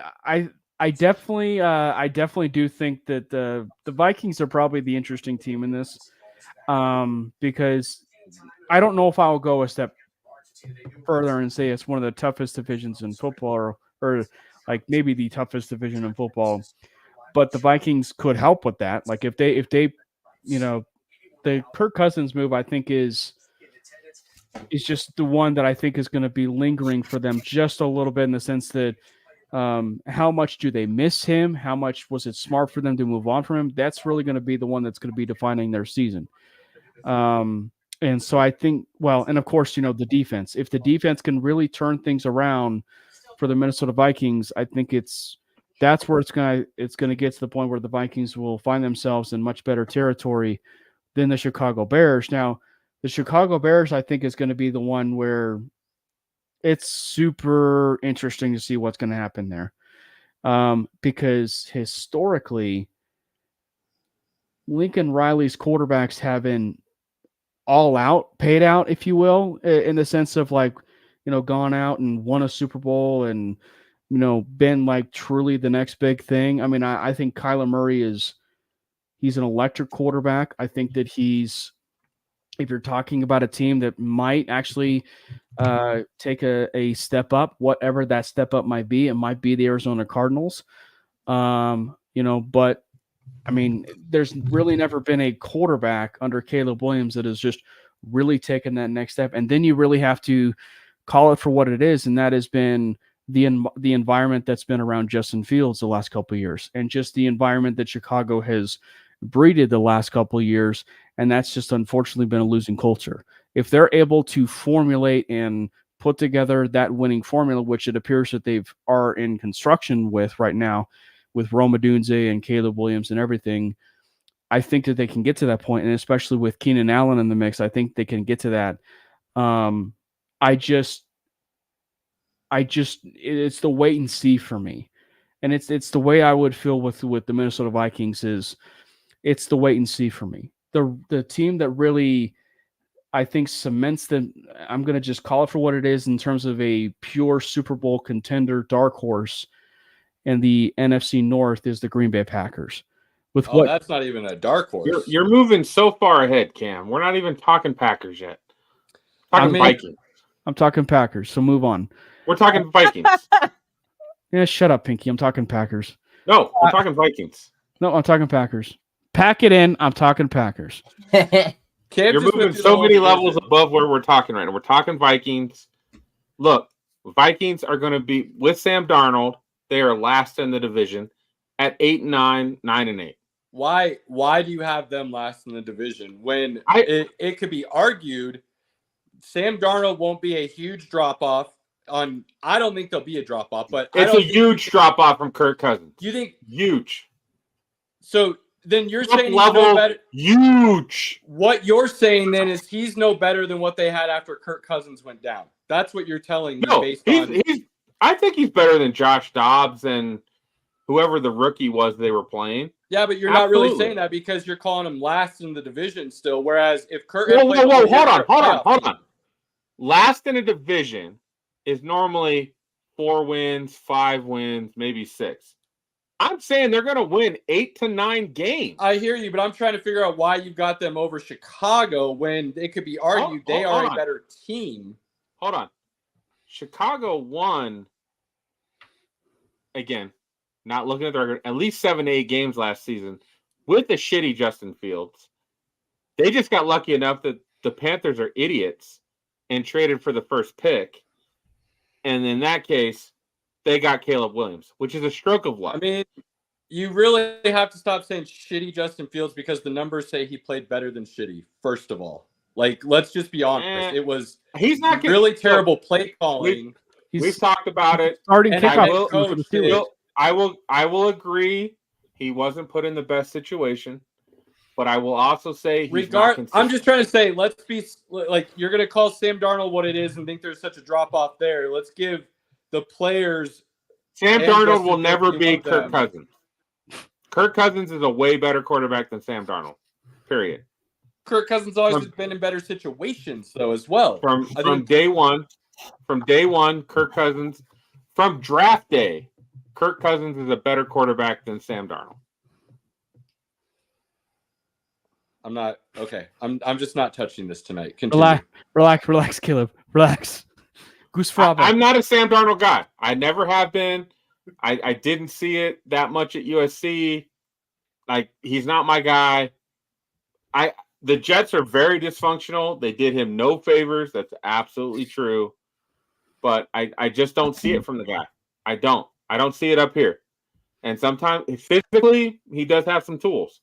But up here I don't think he's got it. That's me. I still think with Kevin O'Connell, he'll be 8 to 9 wins. That's pretty good. It's really hard. That's pretty good. The thing is, like, it's really hard. I'm nitpicking with you right now, so I'm not trying to say you're wrong in the sense that 8 to 9 wins isn't pretty good. I just feel like you get a healthy Sam Darnold all season. That team, if they had a healthy Sam Darnold after Kirk Cousins, makes the playoffs. Because I do think he's head and shoulders above. I also think there's the lore to put JJ in too. I think it almost, maybe not exactly, but it's almost back to Jake Plummer, Jay Cutler. But Jake Plummer had us in playoff position, and they pulled the plug to put Jay Cutler in. I could see that happening too. See, the thing for me, though, I think the logic is a bit flawed, though. Like, because let's be honest, how realistic are 4 teams having 9 wins? Let's be real. It's not it doesn't happen very often. The AFC North last season had 3 playoff teams, and the Bengals were right there. 3, not 4. But the Bengals were 8-9 last season, so they were right there. And that's We're what I'm saying the Vikings are going to be. We're still talking about 4 teams, though, Pinky. Like, it's rare. Like, I mean, I get the overall point, but it's just like it's super, super rare for teams to have.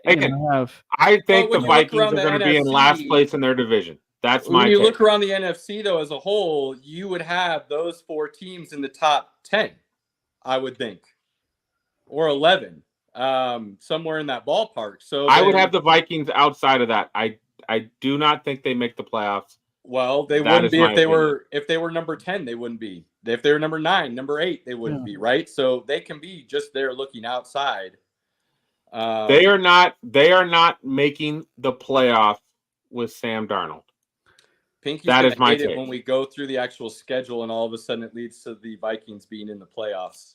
I don't think so. I don't think so. Or he goes, oh wait, they were, 8 and I had them at 8 and 9. Oh, I think I have them at like 5 and 12 based on the. That could be. We do a schedule. We go through the whole schedule for all teams, and we put that together. So it's possible. I think the Vikings will be the worst team in the division. And I still think they'll be a good team. I still think they'll be a competitive team. I just don't think they're going to be better than 4th in their division. What do you think Darnold's numbers are if he started the whole season? 35, 25 touchdowns, 10 to 15 picks, somewhere in that range. Still not bad. Not horrible. Not but good. Again, still 8-9. Good. What were the Broncos last year? 8-9. Russ was 26-8. And you have him last. Well, that's not even. And they weren't last; they were 3rd, actually. So that's there's that. That's bad comparison, but okay. Really bad comparison. I think completely Chicago, different offenses. They're going to be run there for sure. I think Chicago, based on what they did last season, the upgrades they've made, I like their offensive coordinator that's coming in. I think Chicago will be better than the Vikings. And I'm not sold on Eberflus as a coach. I don't have any. That alone is why I would have Minnesota over Chicago in that division, is because I have a lot more faith in O'Connell than I do Eberflus. Yeah. Possibly, but Eberflus had that defense playing really well.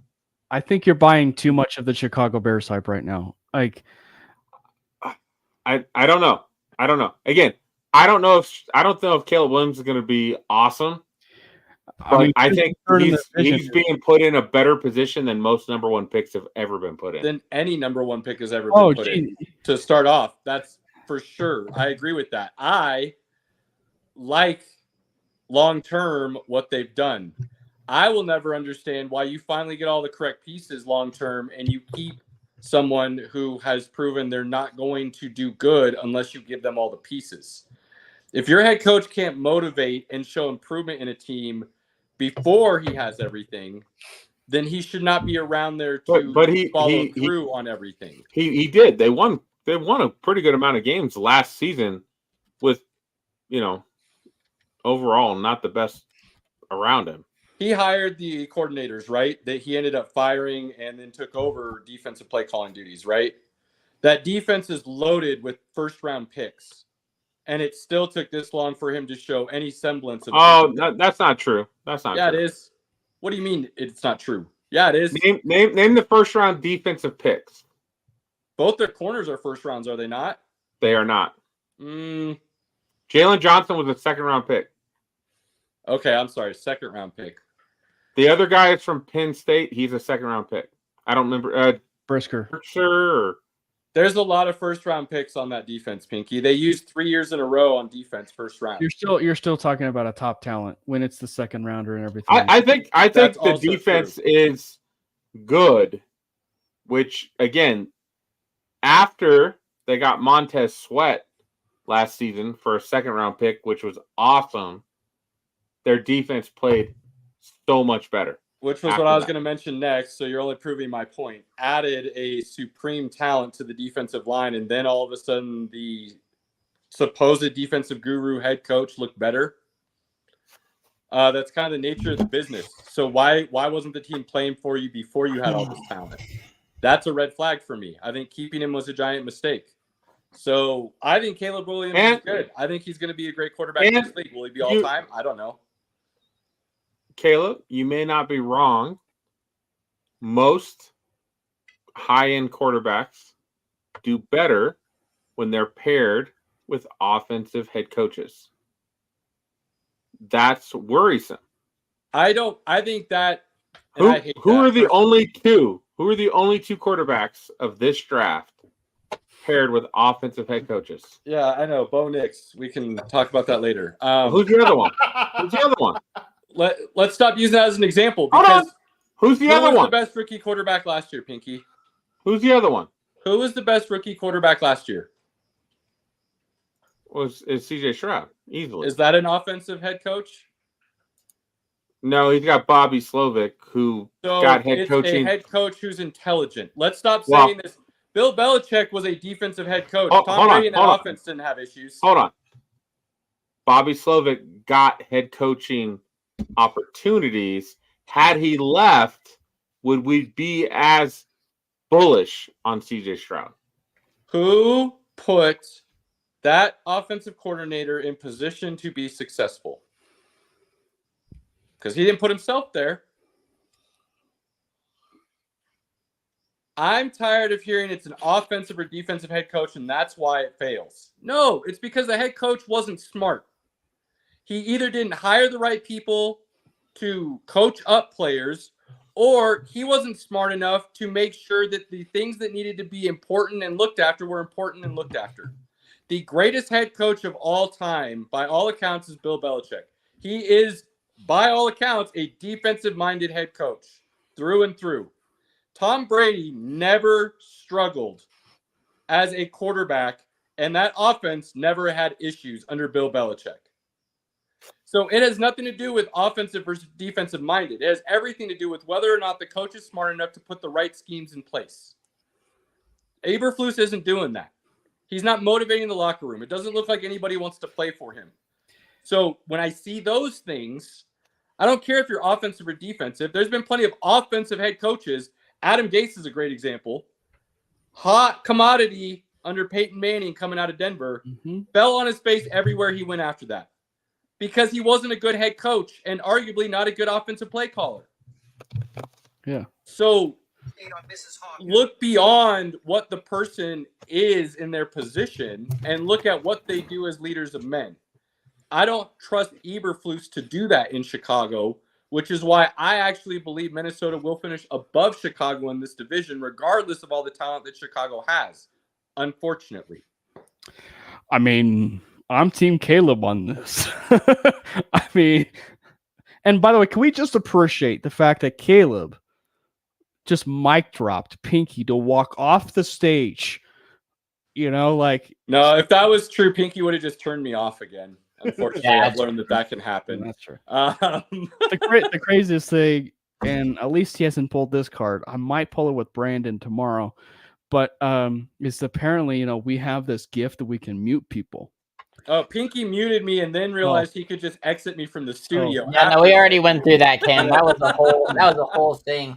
Yeah. So I get what Pinky's trying to say, but I feel like that's more of this media narrative that's been built up over time to try and have this built-in excuse for why a situation failed, rather than actually look at the credentials of that said person. Welcome back, Pinky. Thanks, buddy. I got you. I've just been getting Acolyte updates, and I'm like now chomping at the bit to watch this because they just went full GOT Fury Road, so I can't wait. Ooh. Yeah. I'm hyped. So I'm not trying to be combative, Pinky. I just see it very differently in the situation and what the opportunities are ahead. And maybe this is because I'm still frustrated with the Broncos for fumbling for so many years when they had opportunities to just admit fault and make a correction, and they refused to do so. And it feels like Chicago has been doing that for just decades to their fan base. And just as a fan of the game, it's hard to watch quote unquote one of the best organizations in the game continue to fall on their face time and again. And that's one of the reasons why I'm just of the wait and see. Like, I just need to wait and see. I understand on the surface the way things look for Chicago. I just need to wait and see. And like for Minnesota, I understand the way things go about it with the Minnesota Vikings and looking at it, in the vein of them finishing, at least last or have an 8-9 record. I can see that.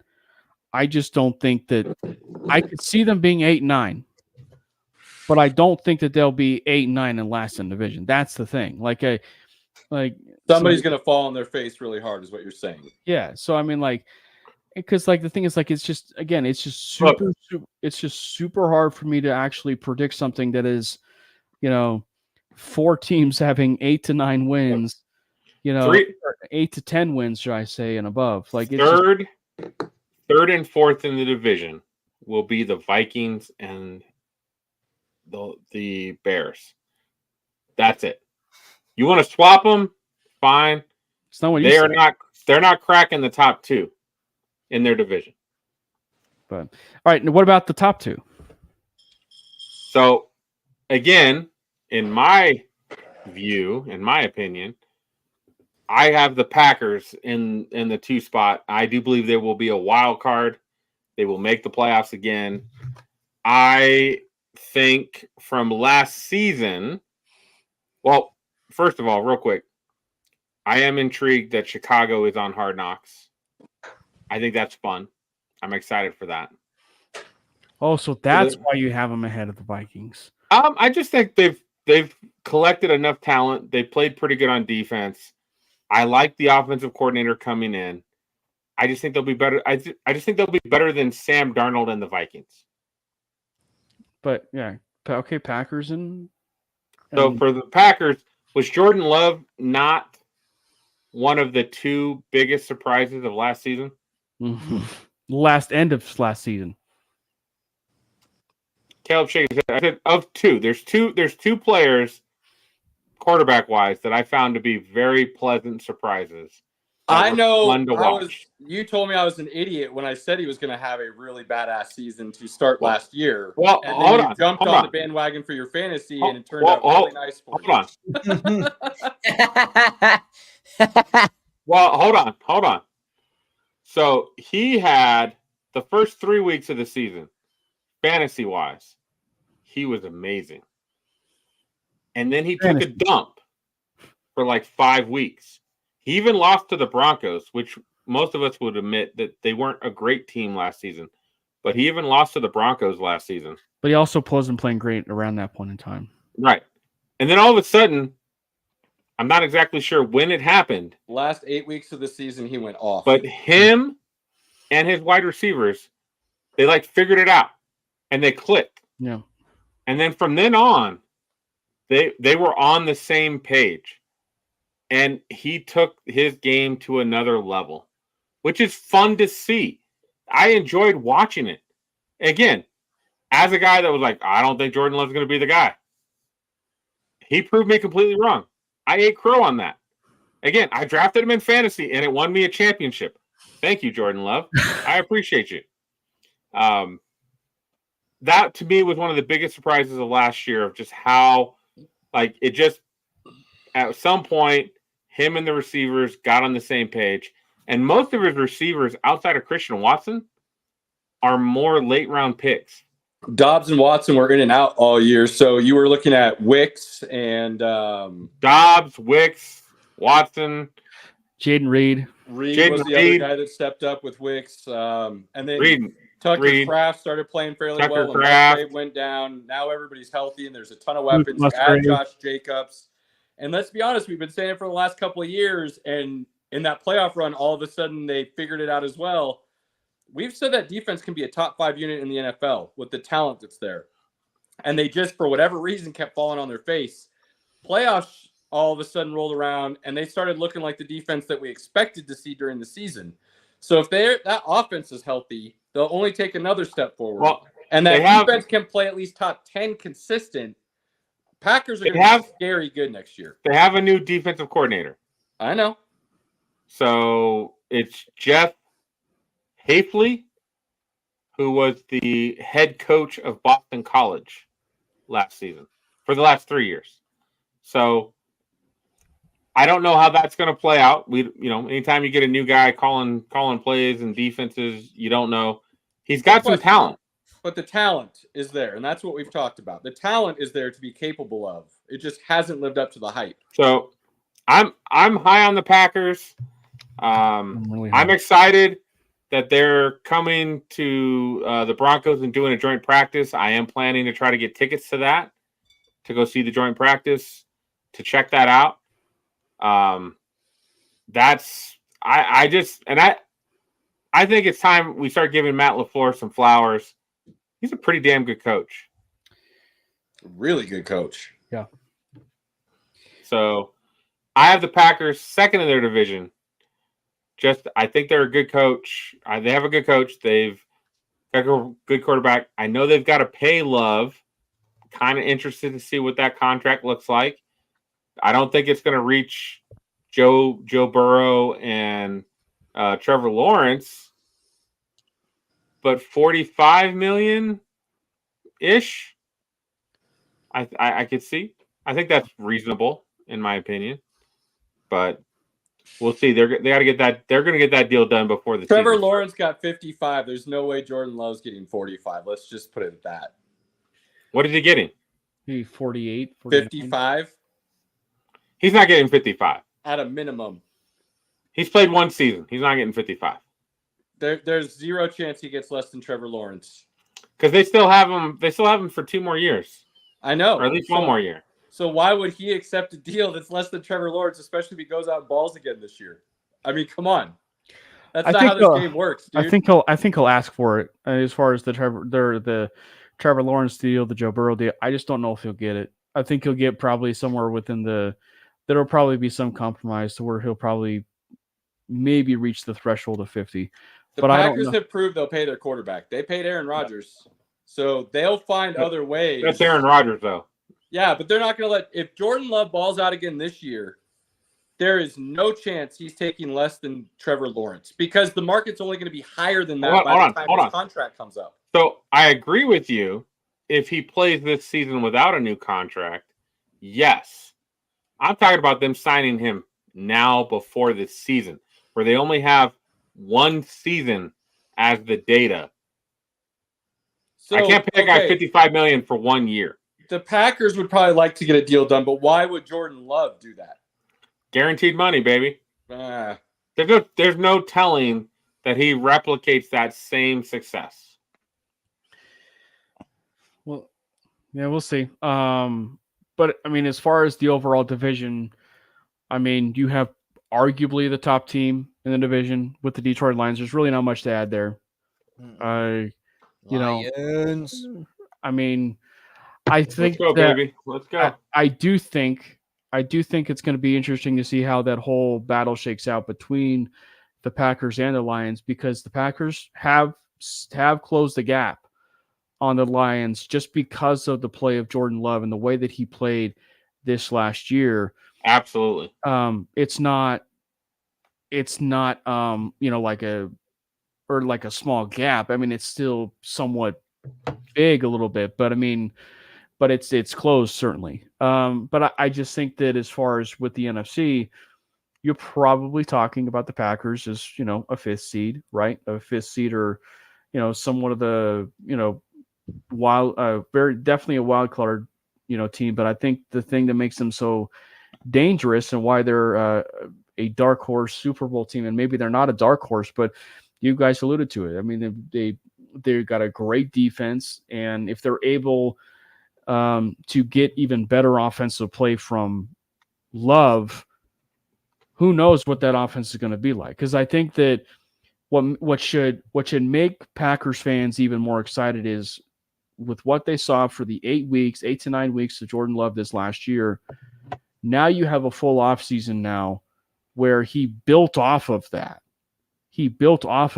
Something that LaFleur and the entire staff had wanted basically under Aaron Rodgers. They've wanted him to basically truly be that guy, you know, underneath Aaron Rodgers, and him actually going out and just balling out and beating Dak Prescott, Mr., you know, playoff dwindler, you know, regular season quarterback, you know, and beating him to a pulp. Like that was about as a statement win, you know, for maybe not just the Packers, but Jordan Love, you know, for them to really just understand, like, okay, this team is, I mean, I know that the Cowboys can be pretty fluky and, you know, pretenders maybe to some degree. You know, they'll get to the playoffs, they'll do whatever, but they won't get to the big one. But the fact is they beat a playoff contender with a guy who really only started one season and balled out for it. So that's quite a statement for him.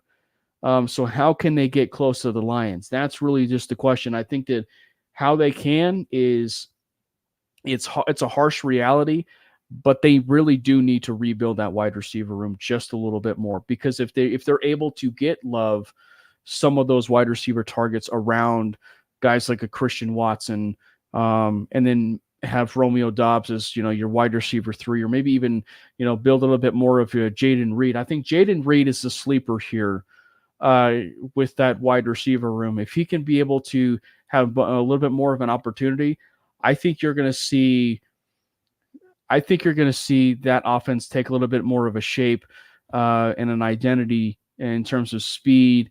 And I mean, Caleb knows and catching some Michigan State stuff, but I mean, Reed was electric at Michigan State, and so if they're able to really build off of what he can do skill wise, I think you're going to see the Packers offense really just, you know, take it up exponentially. But they do need a wide receiver. All right, here's some hot takes for you, Pinky. You'll love this. There's 5 teams in the NFC, and one is the best, and the other 4 are all jockeying for that number 2. That's San Francisco, both of these teams, Packers and the Lions, the Eagles, and the Cowboys. I say that to say this. I think this division is a toss-up. I don't think there's really a gap anymore. If you want to give the Lions the favorite, I won't argue that, but you're talking like 105 odds to 110, like plus 105 and plus 110. I don't think there's a gap. I truly think this is a toss-up between these two teams. And as far as what you're alluding to, Cam, with the wide receiver room, I think they have their, to be honest with you, poor man Jamar Chase, T. Higgins situation with Christian Watson and Romeo Doubs. The kicker is they haven't been staying on the field.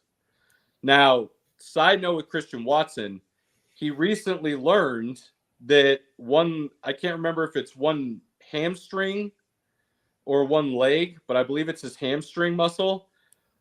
The one that keeps getting hurt is actually shorter.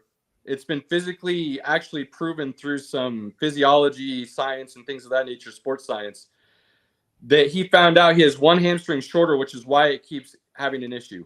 And he's done things this offseason to work with that to hopefully prevent those issues from occurring.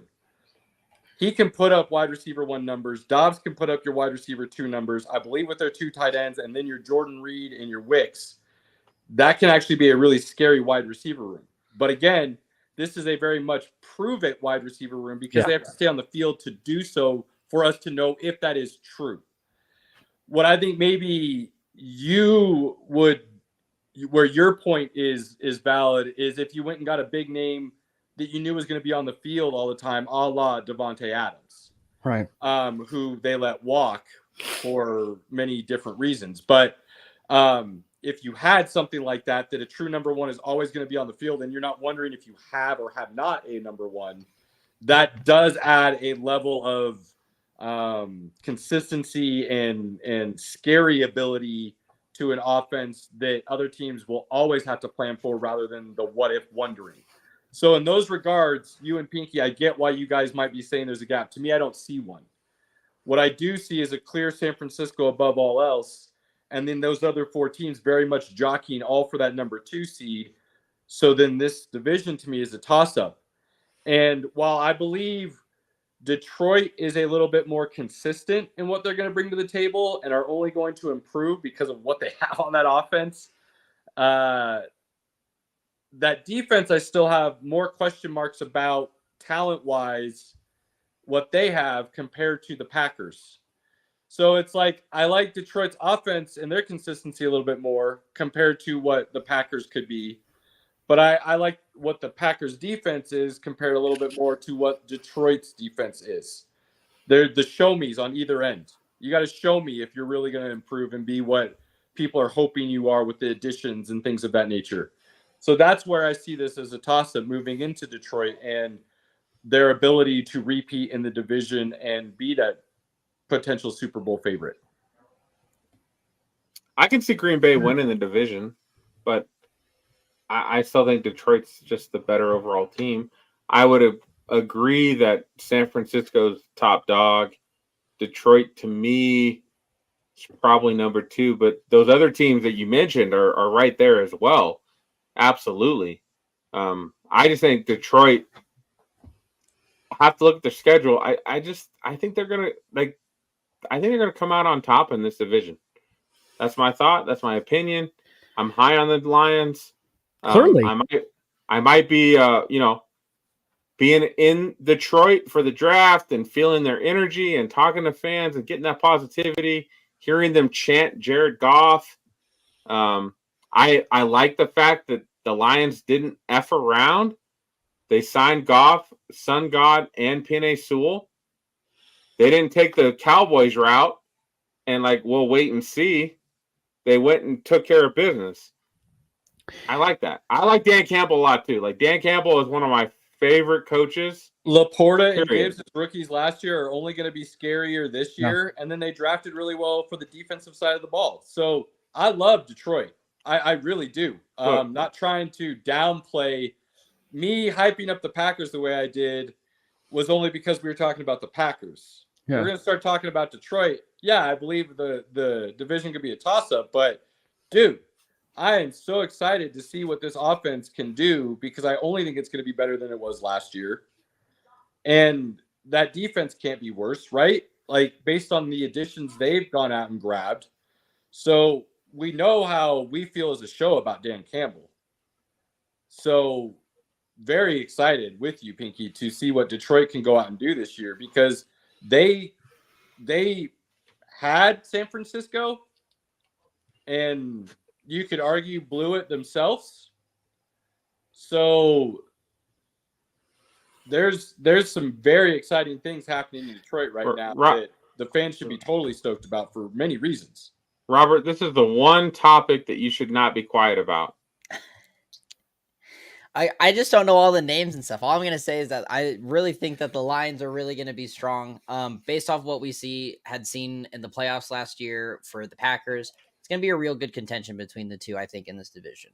Now, like you said, with the Lions schedule, it seems like that they might come out on top. But also, being a lifetime Lions fans, I am also anticipating them to still lose some of those key games by those couple of points. Because that's all I've ever fucking known. That's just how life rolls. But no, in all seriousness, I really think that with the Lions taking care of business and stepping up and signing some of those key players and building a lot more of a stronger team through the draft too, and through free agency, I really think there is some good opportunity, and I really just think they're going to be dynamite. One player that I would want people to remember the name, and you don't really need to remember the name, but the player that I think is going to really just elevate this Detroit Lions team even more is going to end up being more of a role for Jamison Williams.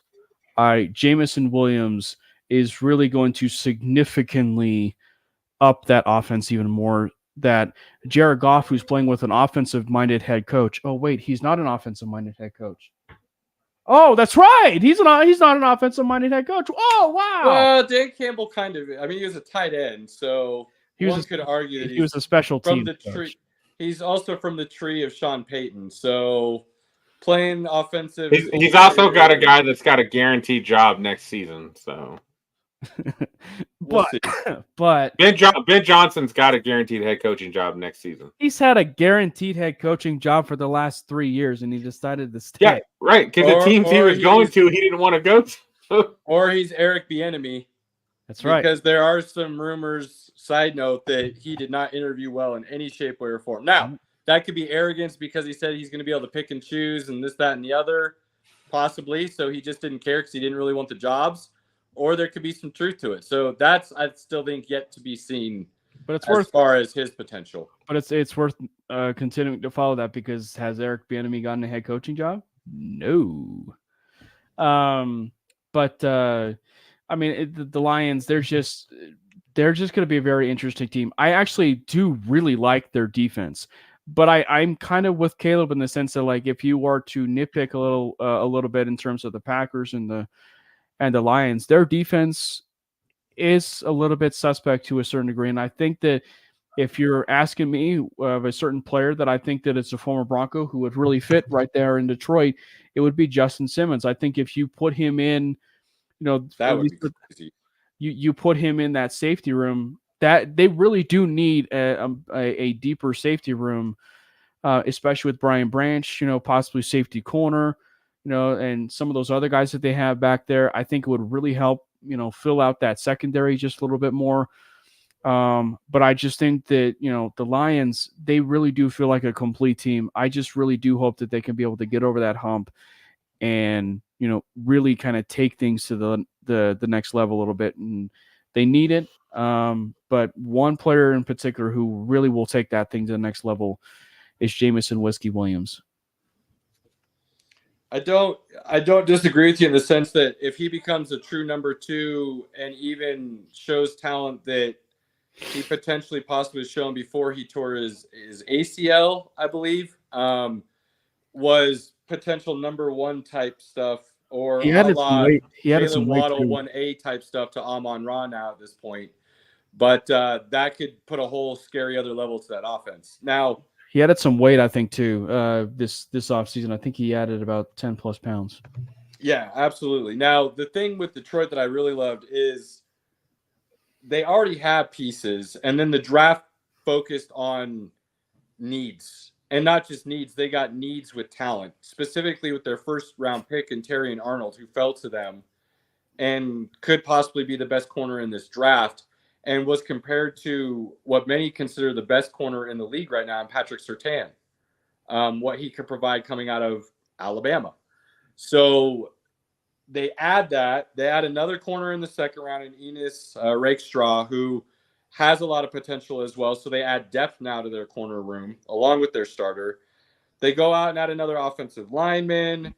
They add to the offensive lineman again later on in the draft, and then they add to their defensive line as well for the ability to what looks like try to find guys that they can run in and out to give more breaks, if you will, to some of those high-level, high-motor guys, all while Aiden Hutchinson is always on the field. And then you build through that middle and then put some corners out there. It's not like they sat by and didn't try to fill the needs with a lot of talent as well.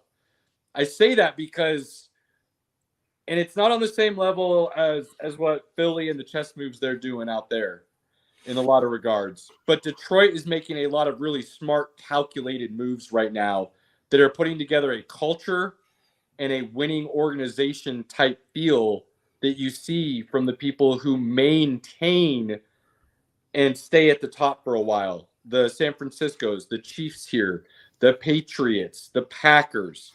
So if Detroit can continue to draft well and develop well, they're going to be in a really good position under Dan Campbell in this front office for a while. And that, I think, is one of the most exciting parts to me, is seeing them kind of get over the hump last year because of making it to the NFC Championship game. But now seeing how they'll be able to maintain that success going forward with the amount of talent they've assembled on this roster. I'm high on the Lions. Let's go, baby. Let's go. Robert, final thoughts, my guy. Final thoughts. Again, Copa America, Euros, loving it. With the NFL stuff coming up, it's going to be great. I'm getting excited with everything that you and Pinky are talking about in the chat. I'm definitely taking notes and keeping up with everything. So I'm excited for this football season. I think it's going to be one of the best that I've actually gotten to and experience. So I'm looking forward to it, especially with all this talk. It's getting me really hyped. Excellent. Cam, final thoughts, good sir. Just it's been a while since I've kind of had the chance to hop on with you guys, and I love talking shop with you guys. It's been far too long. I'll definitely do it again, and so I'm looking forward to getting the chance to talk about how Dylan Raiola is going to end up being the next Caleb Williams, and how Nebraska is going to end up being better than Miami in terms of record, and and really get the chance to really just talk about how maybe Matt Rule could end up actually being a Coach of the Year candidate at the end of the year, and also Nebraska's going to probably end up being CU handily. And I think that as far as the just overall, I mean, screw Trev Alberts. All right, well, Bears pokes, love it. Pinky, And we need to talk nerd shop at some point too, man. Pinky, final thoughts, good sir. I mean, Cam has to log in, so he can join in anytime he wants. It's not like we can deny him. But what are you trying to say? I'm just saying. Power. Just saying. You have power. I have power. I don't have power. I guess I have power like that if I wanted. Speaking of power, do you know how much power I have? I can literally mute your mic right now. The disrespect. I mean, he didn't remove me from the stream though. No, but he just proved a point that that's a special Pinky move that we'll just allow you to reserve for you and only you, good sir. Hey, this is the worst part of the year. Basketball's done. Hockey's done. We only have baseball. Oh no! Nobody cares about the Olympics, and I'm really sad. Really sad. The Olympics is not true. Robert and I will be discussing it when it finally kicks off because it is fun. I will tell people that the NBA draft, as Pinky mentioned earlier, kicks off tomorrow and Thursday. Free agency kicks off after that. The NBA free agency is usually a whirlwind and a lot of fun to pay attention to. So we do at least have that leading up into what will be the Olympics and then training camps. So there are some things going down. I am always excited to talk shop with everybody. On that note, do not waste those opportunities you have with your family, friends, loved ones, inner circle, whatever that may be. Take advantage of those opportunities to create memories. I had some this weekend and I loved it. So appreciate all of you supporting us. Appreciate all of you for kicking it with me and the fellas. My guys, until next week. Peace. See ya.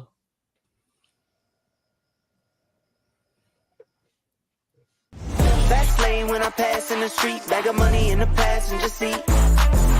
Simcoe's been asking for me on the road from the west to the east. Way up, I might never come down, cause the coast